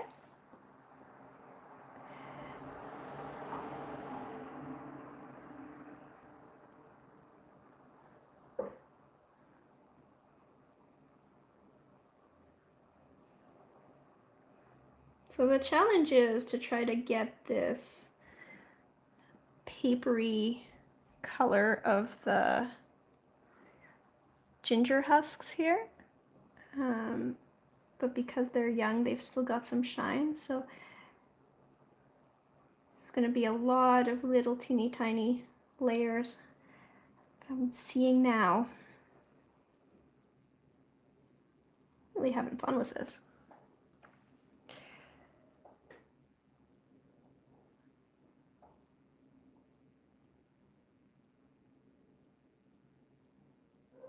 My desk comes with a splash zone. No stress.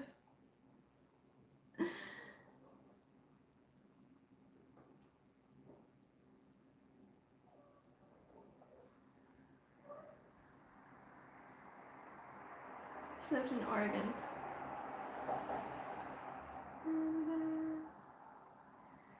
Lisa says it's coming along nicely, the ginger. Thank you. Thank you. Yeah, I feel like I'm sort of at that. There's always a sort of awkward in-between spot in every painting where, at least I find, where I start and it looks really nice and light and whatever, and then I start adding in shadows. And it goes through this like weird middle stage where, you know, I just have to push through it, but it's not my favorite right now.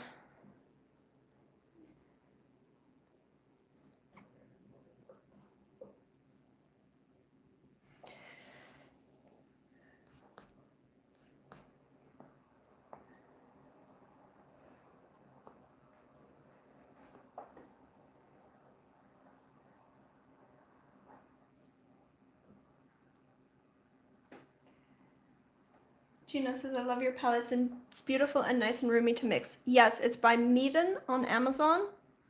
It's also very cheap if you would like one. I mean, very cheap for a ceramic palette. You can get these palettes from art supply stores. They're pretty expensive. But if you get them on Amazon by Meeden, this one was, I think, 30 Canadian, which is like 20 something American.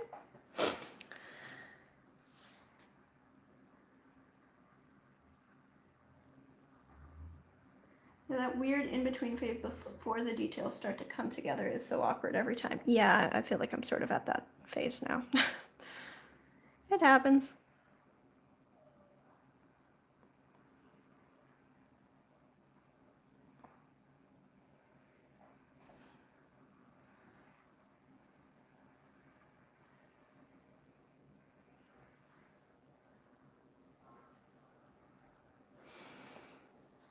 I'm still trying to just figure out what I need to do to get all of the depth right. It'll come together, but it is just a little awkward at this point.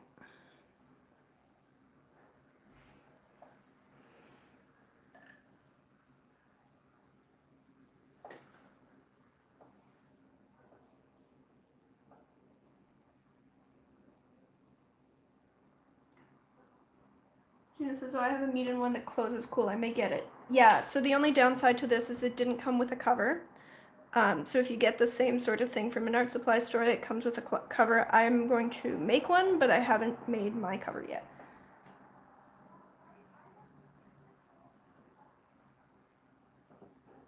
Gina says, so fun talking to you. Good luck. I hope all your art dreams come true. Thank you.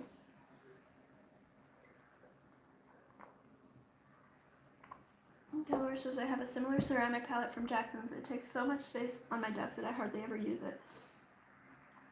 What's your opinion about the small handmade one? I'm thinking about that. This little guy, it is nice. I would warn with this that it has a bit of a rough texture to it. So I don't like using my nice brushes on it.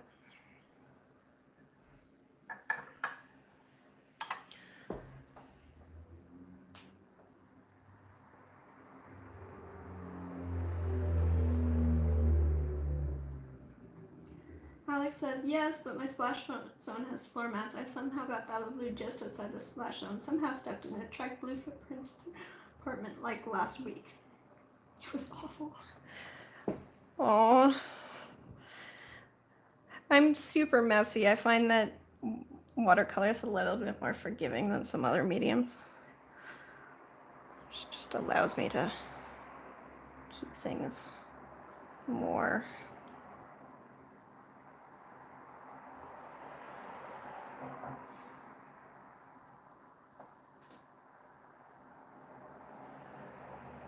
put together.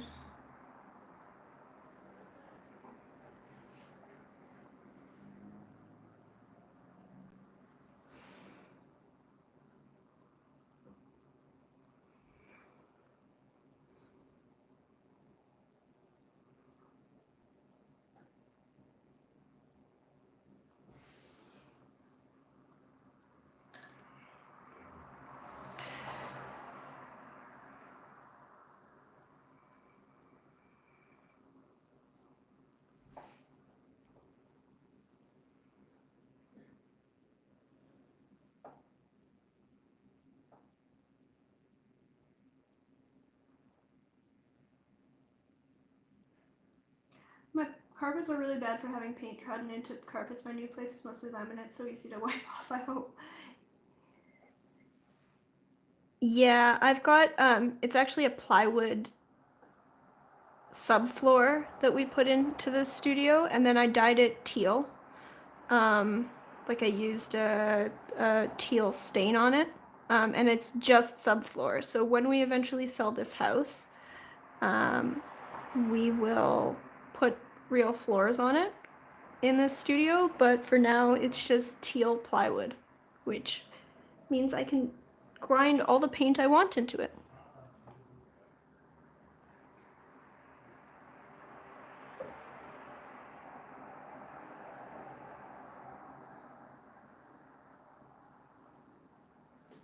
Alex says, exactly, this is why I don't use pen and ink.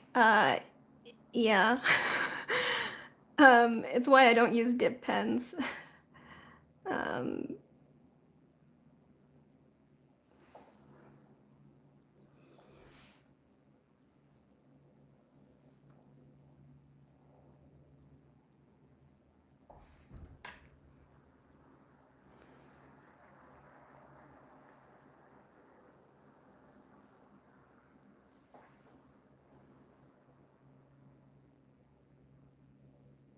Thou sure like to travel though, often by feline, I hear.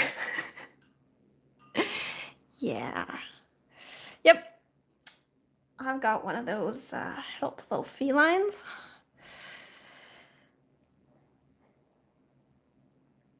But luckily he doesn't seem to like the all the talking that goes on during live streams, so he's not hanging around here.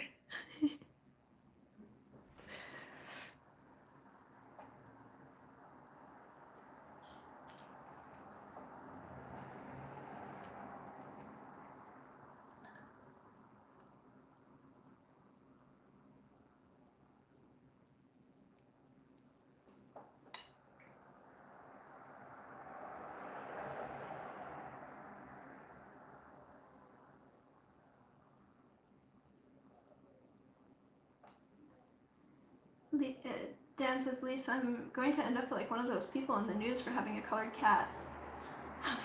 Do you have a cat? Dan says, not yet, but I haven't, but I will do in the future. And he says, Dan, yes, and then you can have Lana Lightfast test it, and you can just shine in each other's rockstar glory. Or will you just obtain a cat so you can phthalo dip? That's wonderful. Okay. Alright.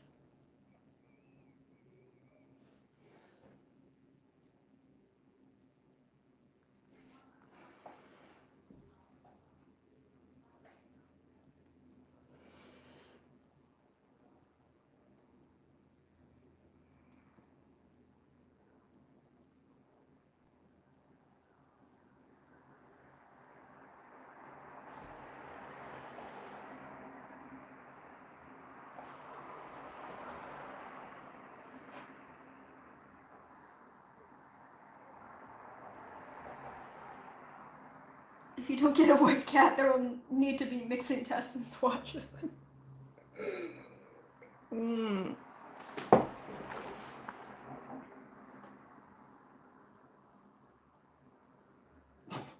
Excuse me, is this feline archival?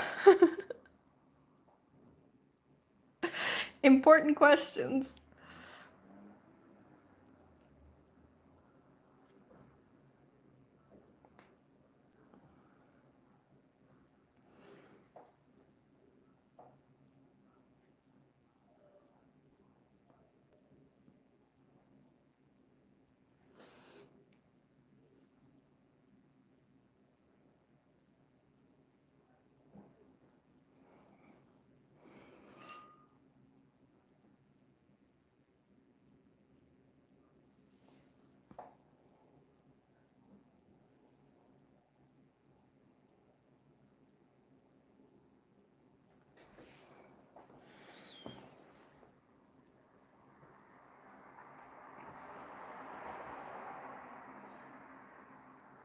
Poor kitties.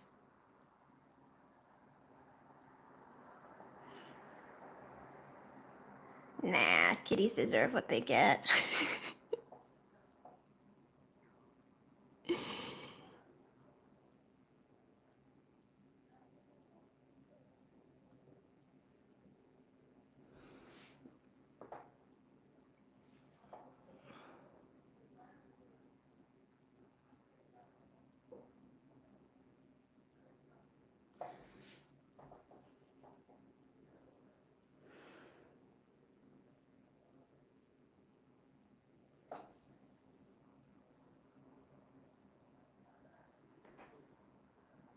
Suzanne says, I love how this thread can take off on a tangent about the weirdest things. You need to write a comic book.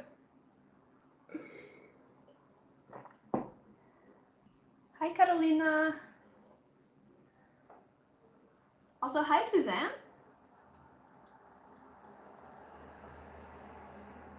Dan says, I might have to name kitties after paint. I feel like Ev will just, you know, you've got a captive market there.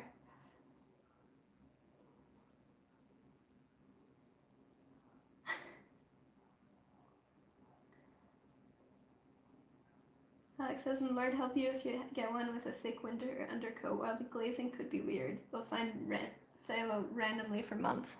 Yeah. Yep. So for those of you who had asked about the ocean blue, you can see that's separated now.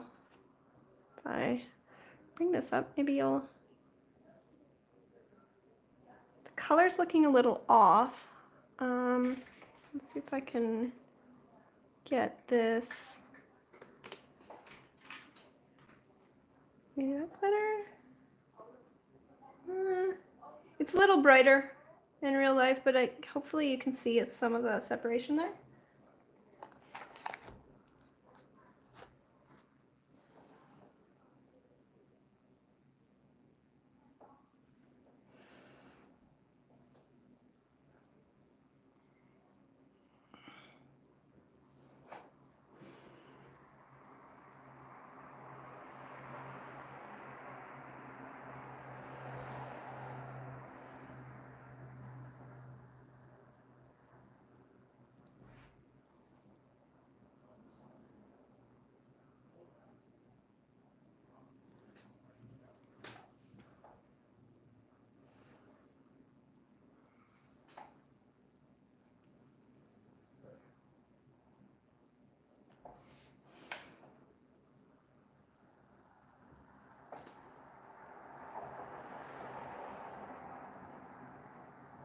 Not sure pigment names really suit felines though. Well,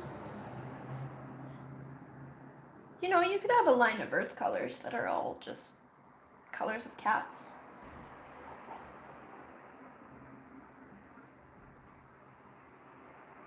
Or names of cats that are that color.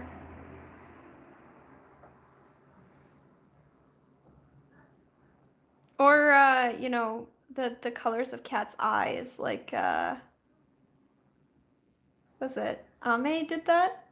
Flush green is her cat, like Flush is the cat.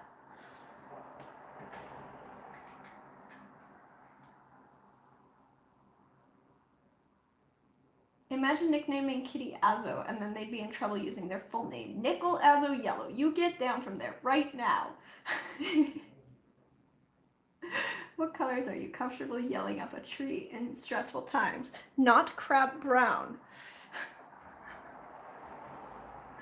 Kelly says, I've got skedaddle guys. Very enjoyable live stream. Thank you. Thank you. Thanks for joining. Yeah, wow, it's been 2.5 hours of me mostly not painting this.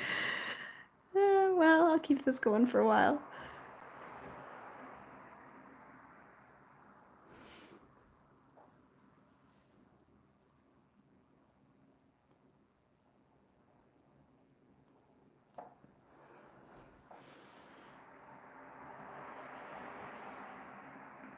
Take care. Bye, Kelly.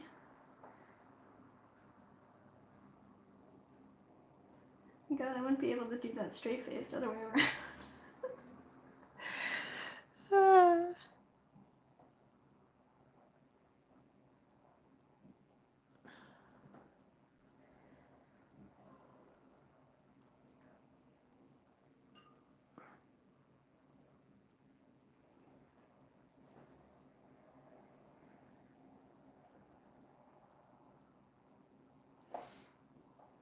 Oh, damn. Of course, I got paint on the nice white background. Luckily, I can crop this smaller.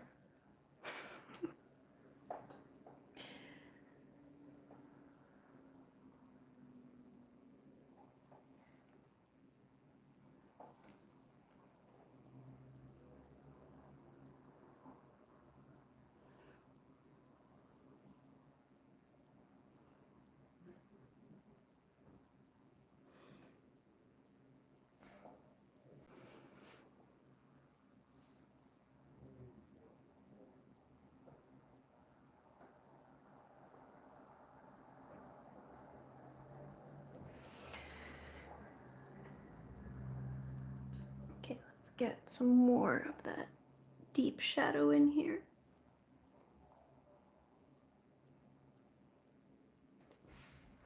There we go. So now we're beginning to get some shape show up. This part's always the trickiest before the forms start to really emerge.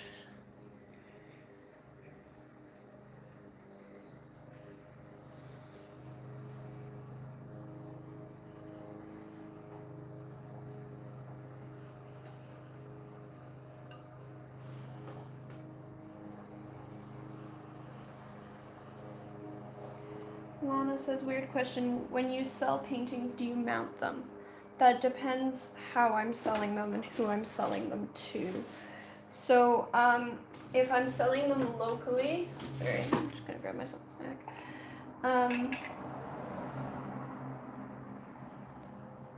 Sorry.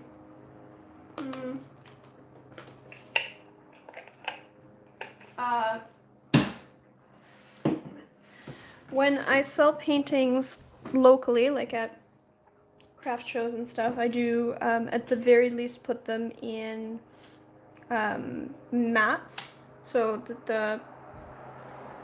the cardboard, or the paper, archival paper mat and backing, and I'll put that in a plastic sheet, and that's sort of the minimum I'll do.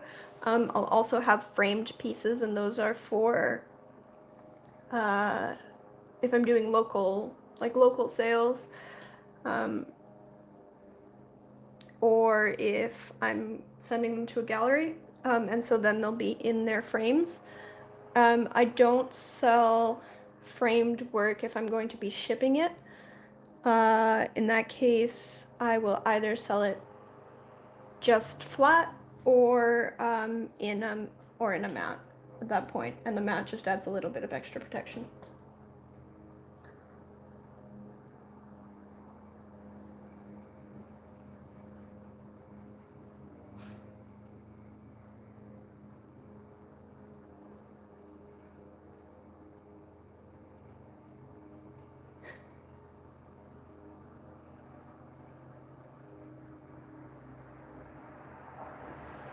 Kevart asks, Dan, are you streaming this weekend? And says, I'm going to try and stream, but my Wi-Fi is dead at the moment, so we'll be using phone data, which can sometimes struggle. Yeesh, yeah. Yeah, I had one of my streams ended up on phone data. Yeah, that ate up a lot of data. Hercron Art says, well, right, I'm going to have to go now. If I can get this ginger to show herself properly for a photo in the current light lady thing here, I will post on the IG. Thanks for the company again. Thank you. I look forward to seeing your ginger painting.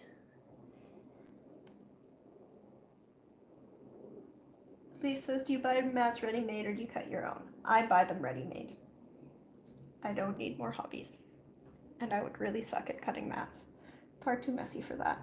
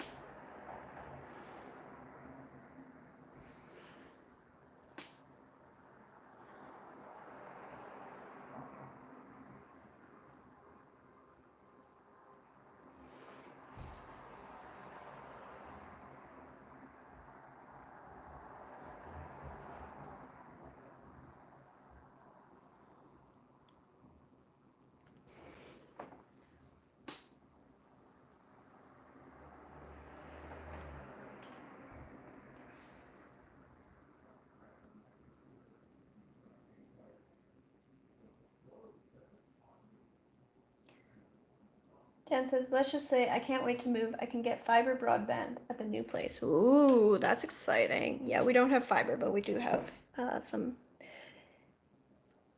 decent internet. Lisa says, I've been thinking about buying two because I just see myself in my mind's eye messing it up again and again. Yeah, so I buy some of my mats I buy in bulk from a supplier for common sizes, particularly when I did a daily art thing. I painted a leaf every day in 2018. And for that, I definitely just got bulk mats from a supplier. For one-off pieces, if they're going to be all different sizes, I go to a local art supply store that does framing, and they will cut mats for me. So I have a standing, like a selection of mat board that works for most of my pieces, and so they can either order it in or they also have offcuts, so sometimes I'll use offcuts. Back. Sorry for disappearing. Hi, Ev. My grandma called. Oh, how's your grandma?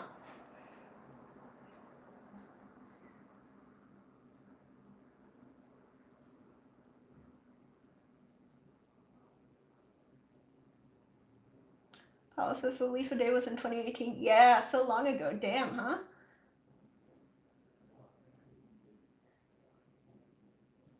Lana says, I'm kind of scared of matting the paintings. What if people don't want it? If you are presenting your paintings, like if you're selling them locally, people are way more likely to see things as a finished piece if they're either framed or, if not framed, at least matted.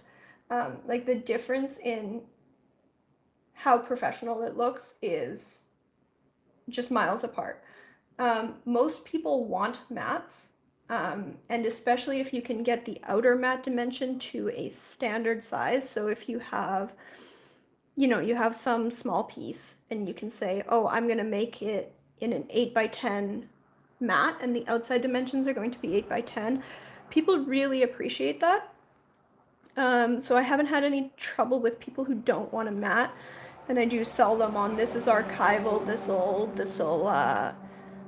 last a lifetime. You can just use this mat. But the other thing is, if you attach your pieces properly and you hinge them at the top with hinging tape, and it's acid free and stuff, they can just pull it out of its mat if they don't like it.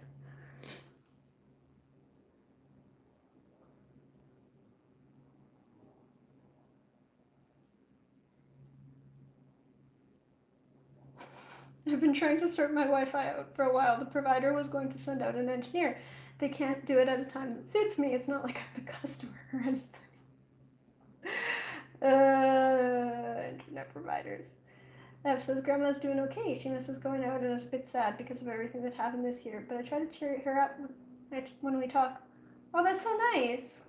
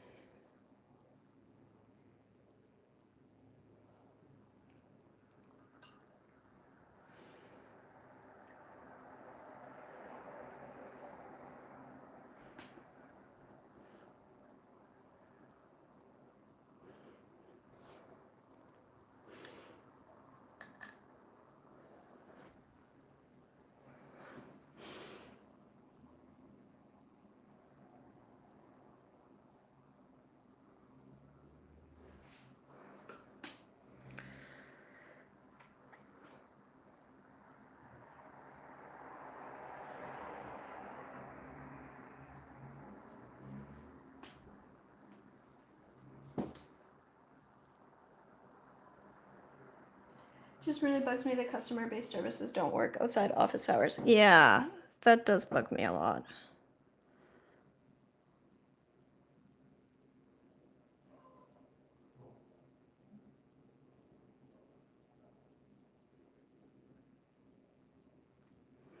Like either all workplaces are flexible or you just are going to have different shifts, right? Where like you have stores that are open at other times that aren't the same time that people are in the office.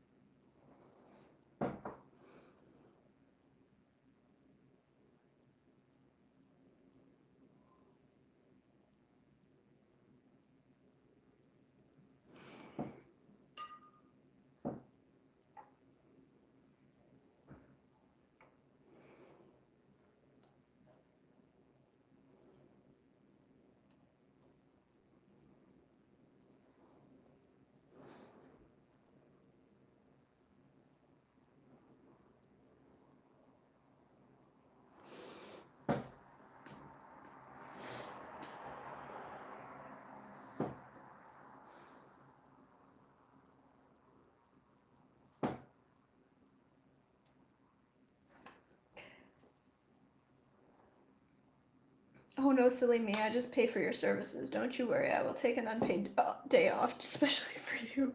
Oh. Dan, are you back in the office now? Like, do you have to go into your office or are you working from home?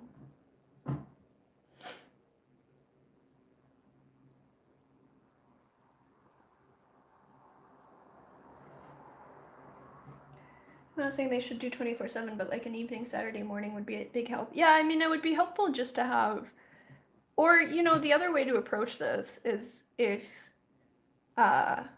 it's just to allow more flexibility in everyone's schedule. Like, okay, yeah, I understand that it really sucks for people that they have to work at odd hours when everyone else has time off, but like, it would be more helpful if people could I'll just take different schedules more.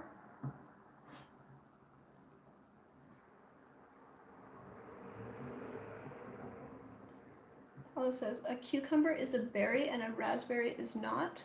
A raspberry is a drupe. I was not aware that a cucumber was a berry.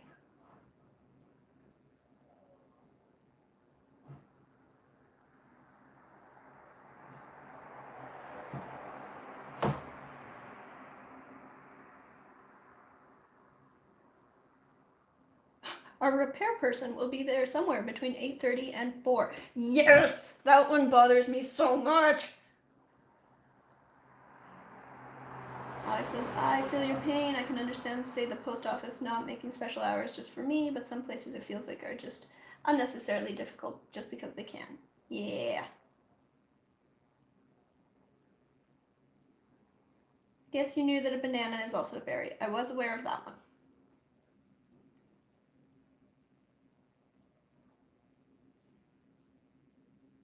And yes, bananas don't grow on trees. They are a, what's it called? Herbaceous. Like they're like a grass sort of thing.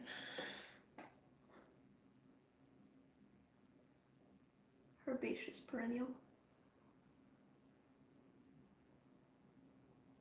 We were in the office all the way through the whole thing. We payroll. I was trying to find the section of each name of a blackberry.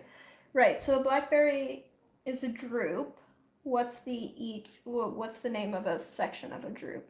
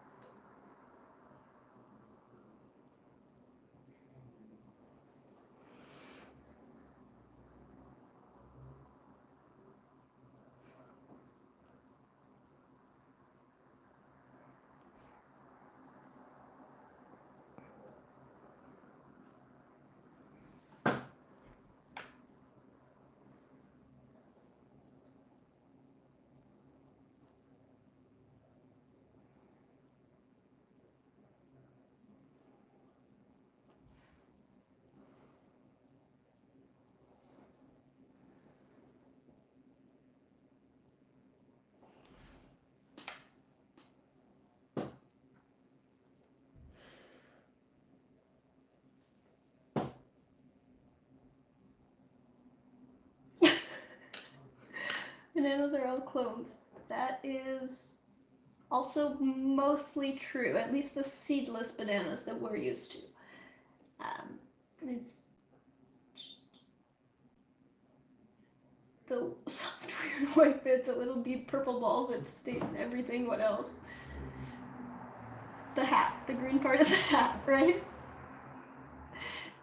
Paula says deep purple balls seem like an appropriate name. And now Ev is a mod, so she can unblock her comments. Isn't this wonderful?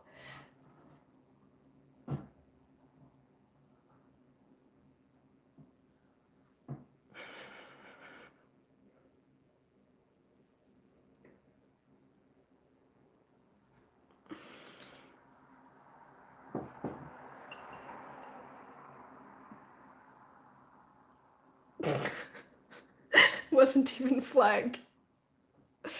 I'm just joking around because the first time, like my first live stream, apparently a couple of your paint porn comments got flagged. My husband had to unblock them. And I was like, you need to make this person a mod so that they can unblock their own comments.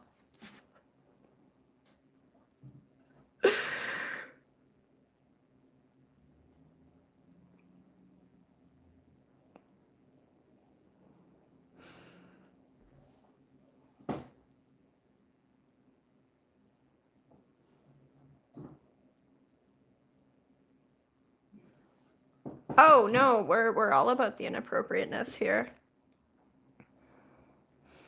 Not a problem in the slightest. I'm just teasing.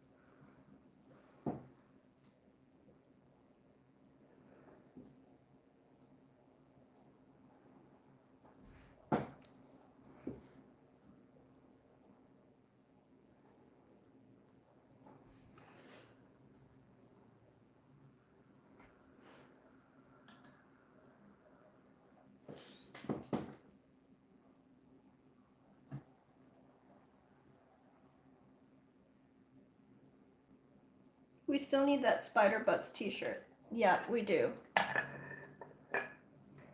Pen holder's new name, Innuendo Paints.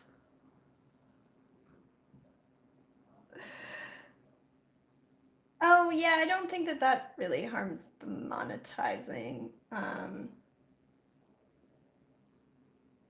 No, yeah. You can get demonetized for like if you have too much profanity in the stream. But I'm not swearing a whole bunch, only a little bit sometimes.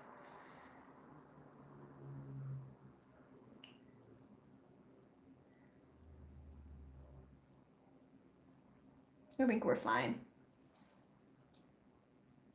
So I've made 7 of those things. What, the purple balls? And now I only need to do 24 more. Which kind of makes me want to burn the drawing. Aw, no. I look forward to seeing this drawing, Pablo.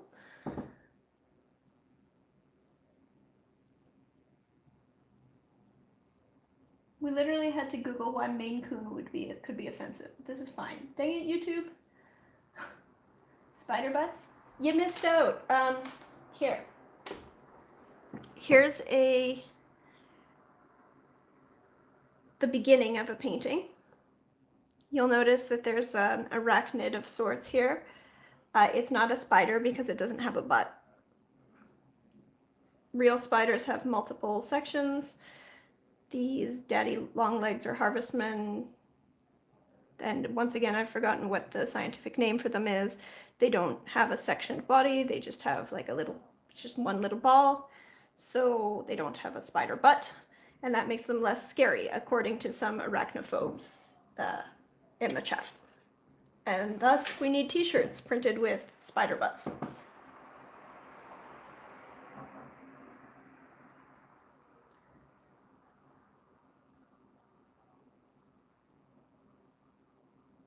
Paula says, I can post a picture of the work in progress in Discord and maybe wait till it's finished. Sure, whichever you'd like.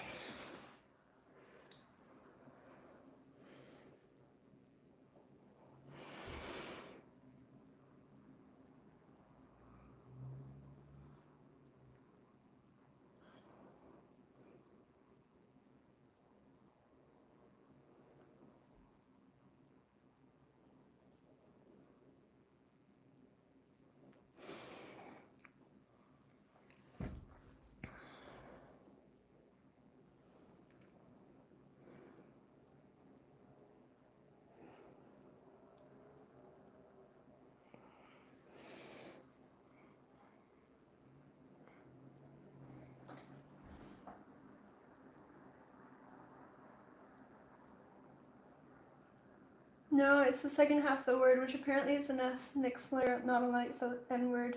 Also, it's a derogatory term towards blacks. Okay, cool. But obviously a Maine Coon is a cat, so.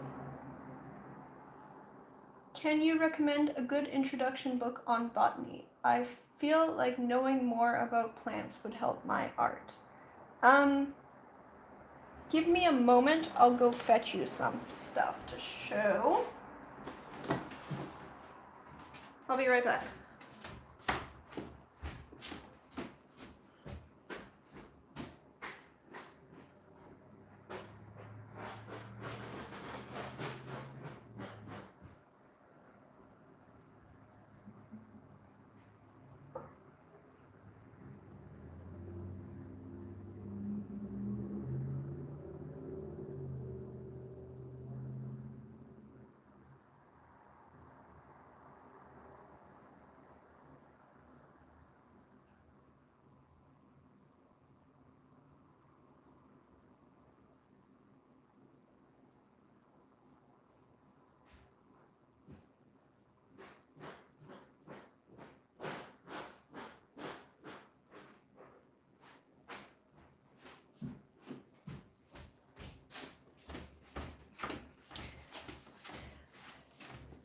Alright, so for botany specifically as applied to art, I don't really have too many like actual botany books, but this one is super helpful for figuring out if I am reading stuff by botanists, this is a good visual guide for what botany words look like. Someone can post a link, but it's a botanist vocabulary, 1,300 terms explained and illustrated. And so I found this very useful. And then the other thing, which this is specifically an art book, and so it's specifically about painting plants, but it has a lot of different classifications of plants, different plant parts. Yeah. And really wonderful illustrations. Sarah Simblett is like my favorite person. I wish I was Sarah Simblett. So there's like, this is an art book, not strictly a botany book, but it has a lot of information in it, botany-wise as well. Gorgeous book.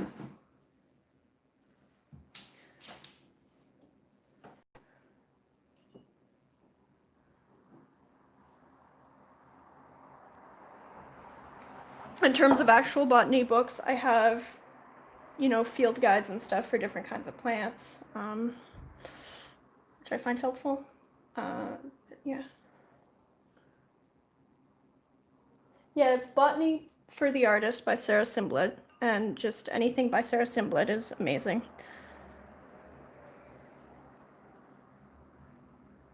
I bought this Silva and it has beautiful illustrations. Yes, Silva's gorgeous.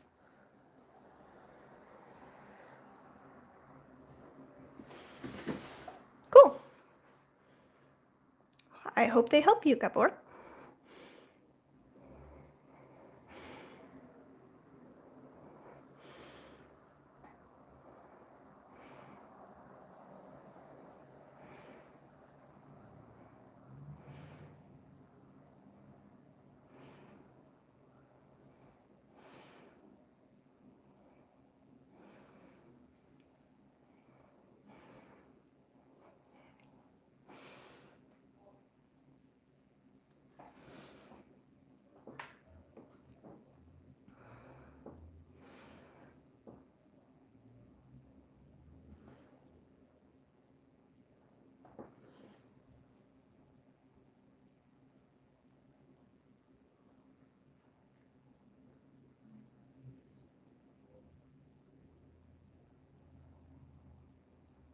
But there's another one I use, but I can't remember the name.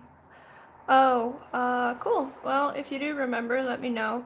There's also, I'll put it in the link, I'll put it in the description afterwards, but recently the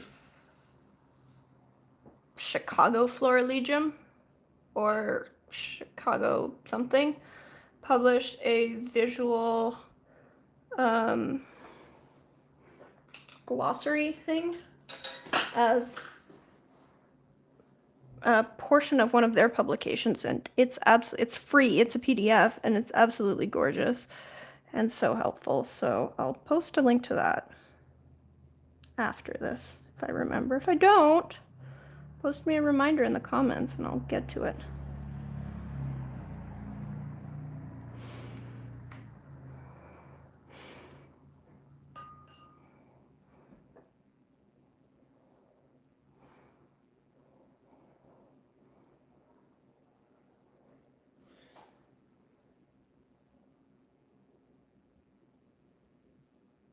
Thanks for posting that down. I really appreciate it.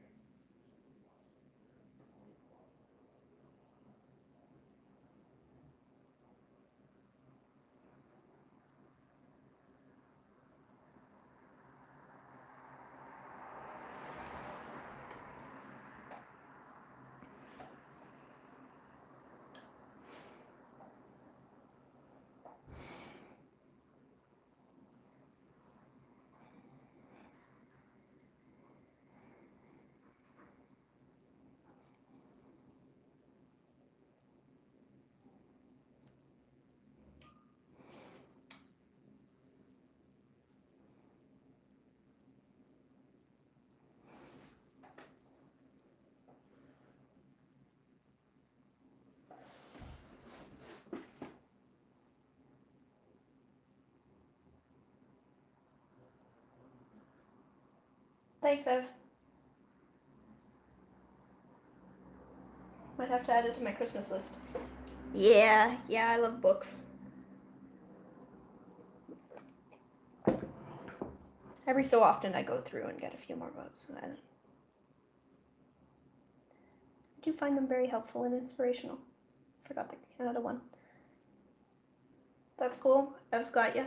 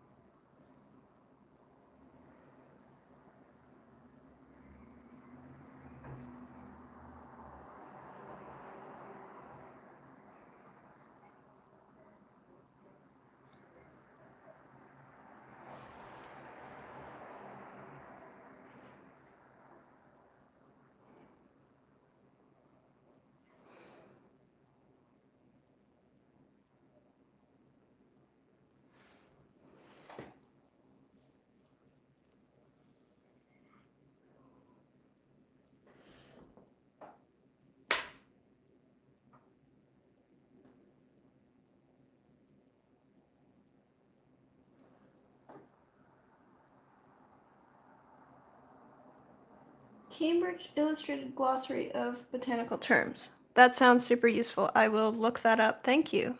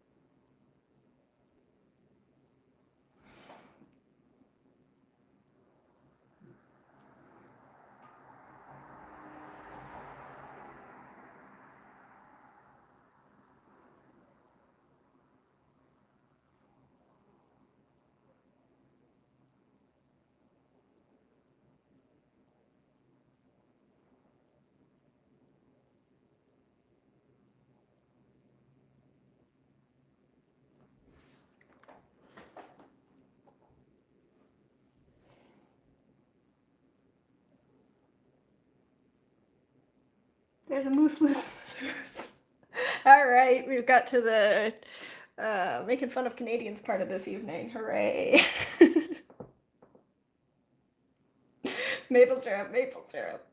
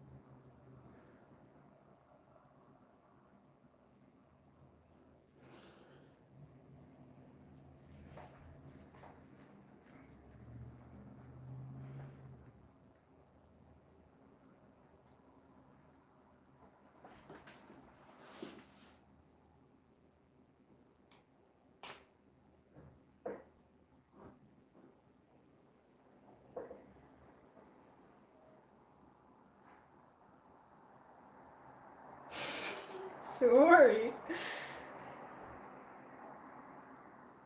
Dan says, don't forget the Putina's Celine Dion. Yeah, do forget Celine Dion. Putin, yes. What is butt fudge? Yeah, seriously, I'm lost. It's like a Scottish tablet, but fudge. Oh, okay. Alright. Okay. Cool.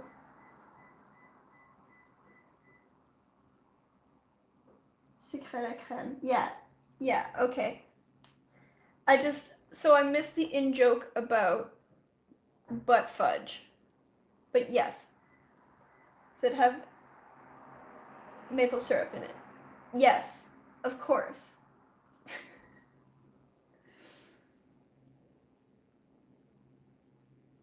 I'd get so fat if I went to Canada. Poutine sounds like my kind of gastronomical train wreck for sure.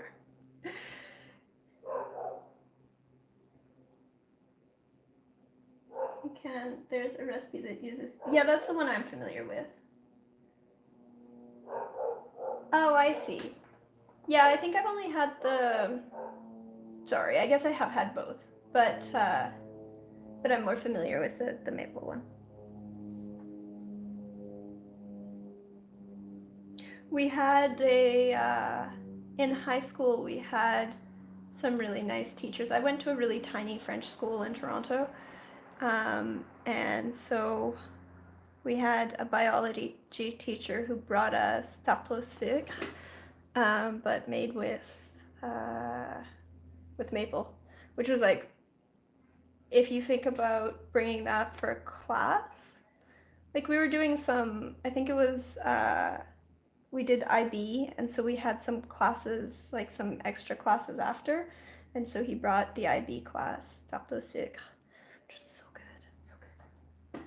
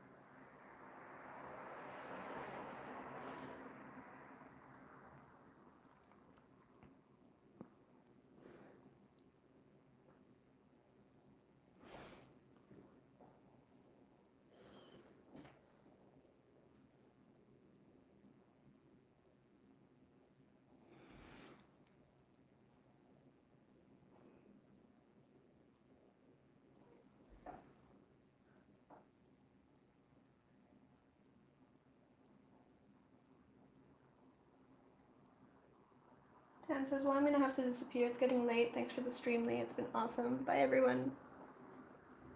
Bye, Dan. Yeah, so it is now 5 p.m. So I've been on stream for like 3 hours. I can do a little bit more, but then I also have to stretch.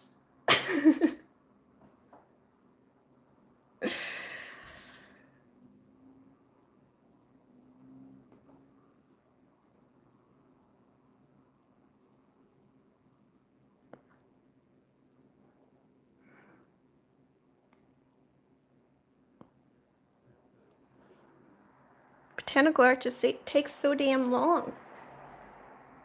3 hours of streaming is solid. Yeah. It's real great for my watch hours.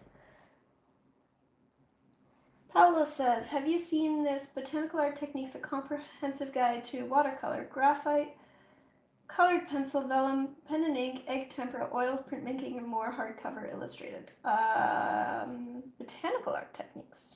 No, I don't think so. From the experts at the American Society of Botanics. Oh, I don't own the book, but yes, I have heard of it. Wait, why am I still working for them? Benito. Hi. Well, Alex. Yeah. Yeah, your workday's over, Alex.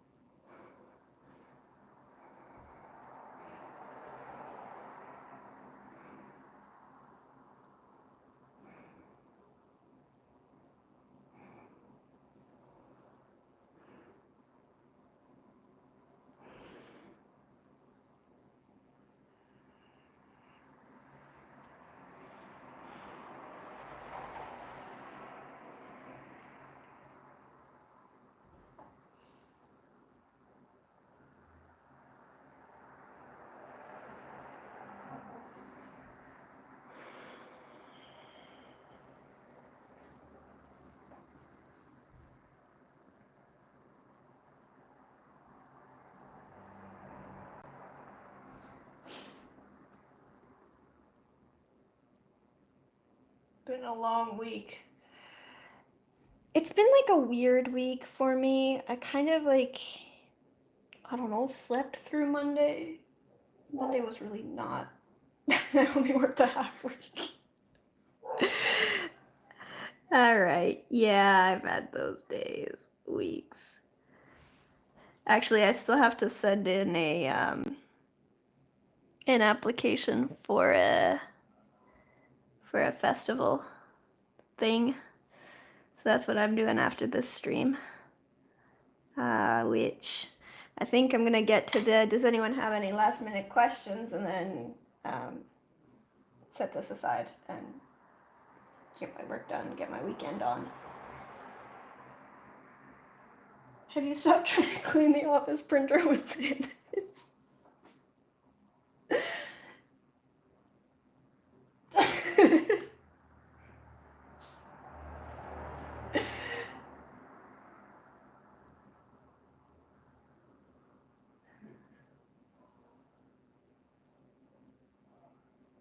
So confused. I think Alex got an email from the office saying something about people need to stop using chemicals, to using weird chemicals to clean the office printer, so. Anyway, if anyone has any last minute questions, comments, whatever, be here for just a little while longer, but then I need to go get other work done. And then that'll be it for me. So yeah. Hope you all enjoyed. Will you be finishing the ginger? I will be finishing the ginger, although potentially not all on stream. Yeah. Can we get zoom in on the painting? Sure. Let's get you in here.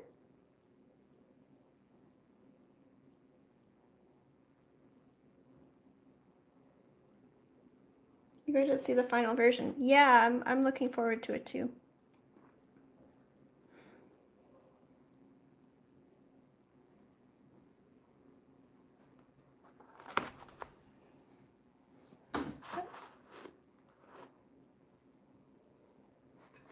Anyway, yes, if you all could kindly like the stream, that'll be super helpful. If you're not subscribed already, subscribe, and I stream every Friday at 2 p.m. Eastern Standard Time. If you'd like to hang out some more, Ev has her stream on Saturday at 2 p.m. Eastern, so that'll be same time this stream started, but tomorrow I've got the link to her streaming channel down below. And what else? Oh, I also have a Discord channel, Discord server. The link is also in the description of this video.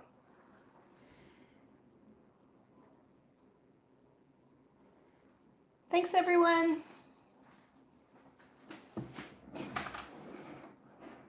Tomorrow, another stream like last week. Nice.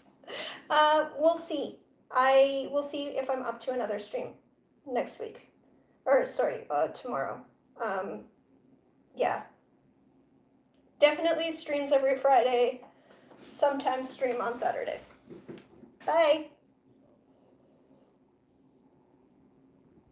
Okay, thanks, everyone. Bye-bye.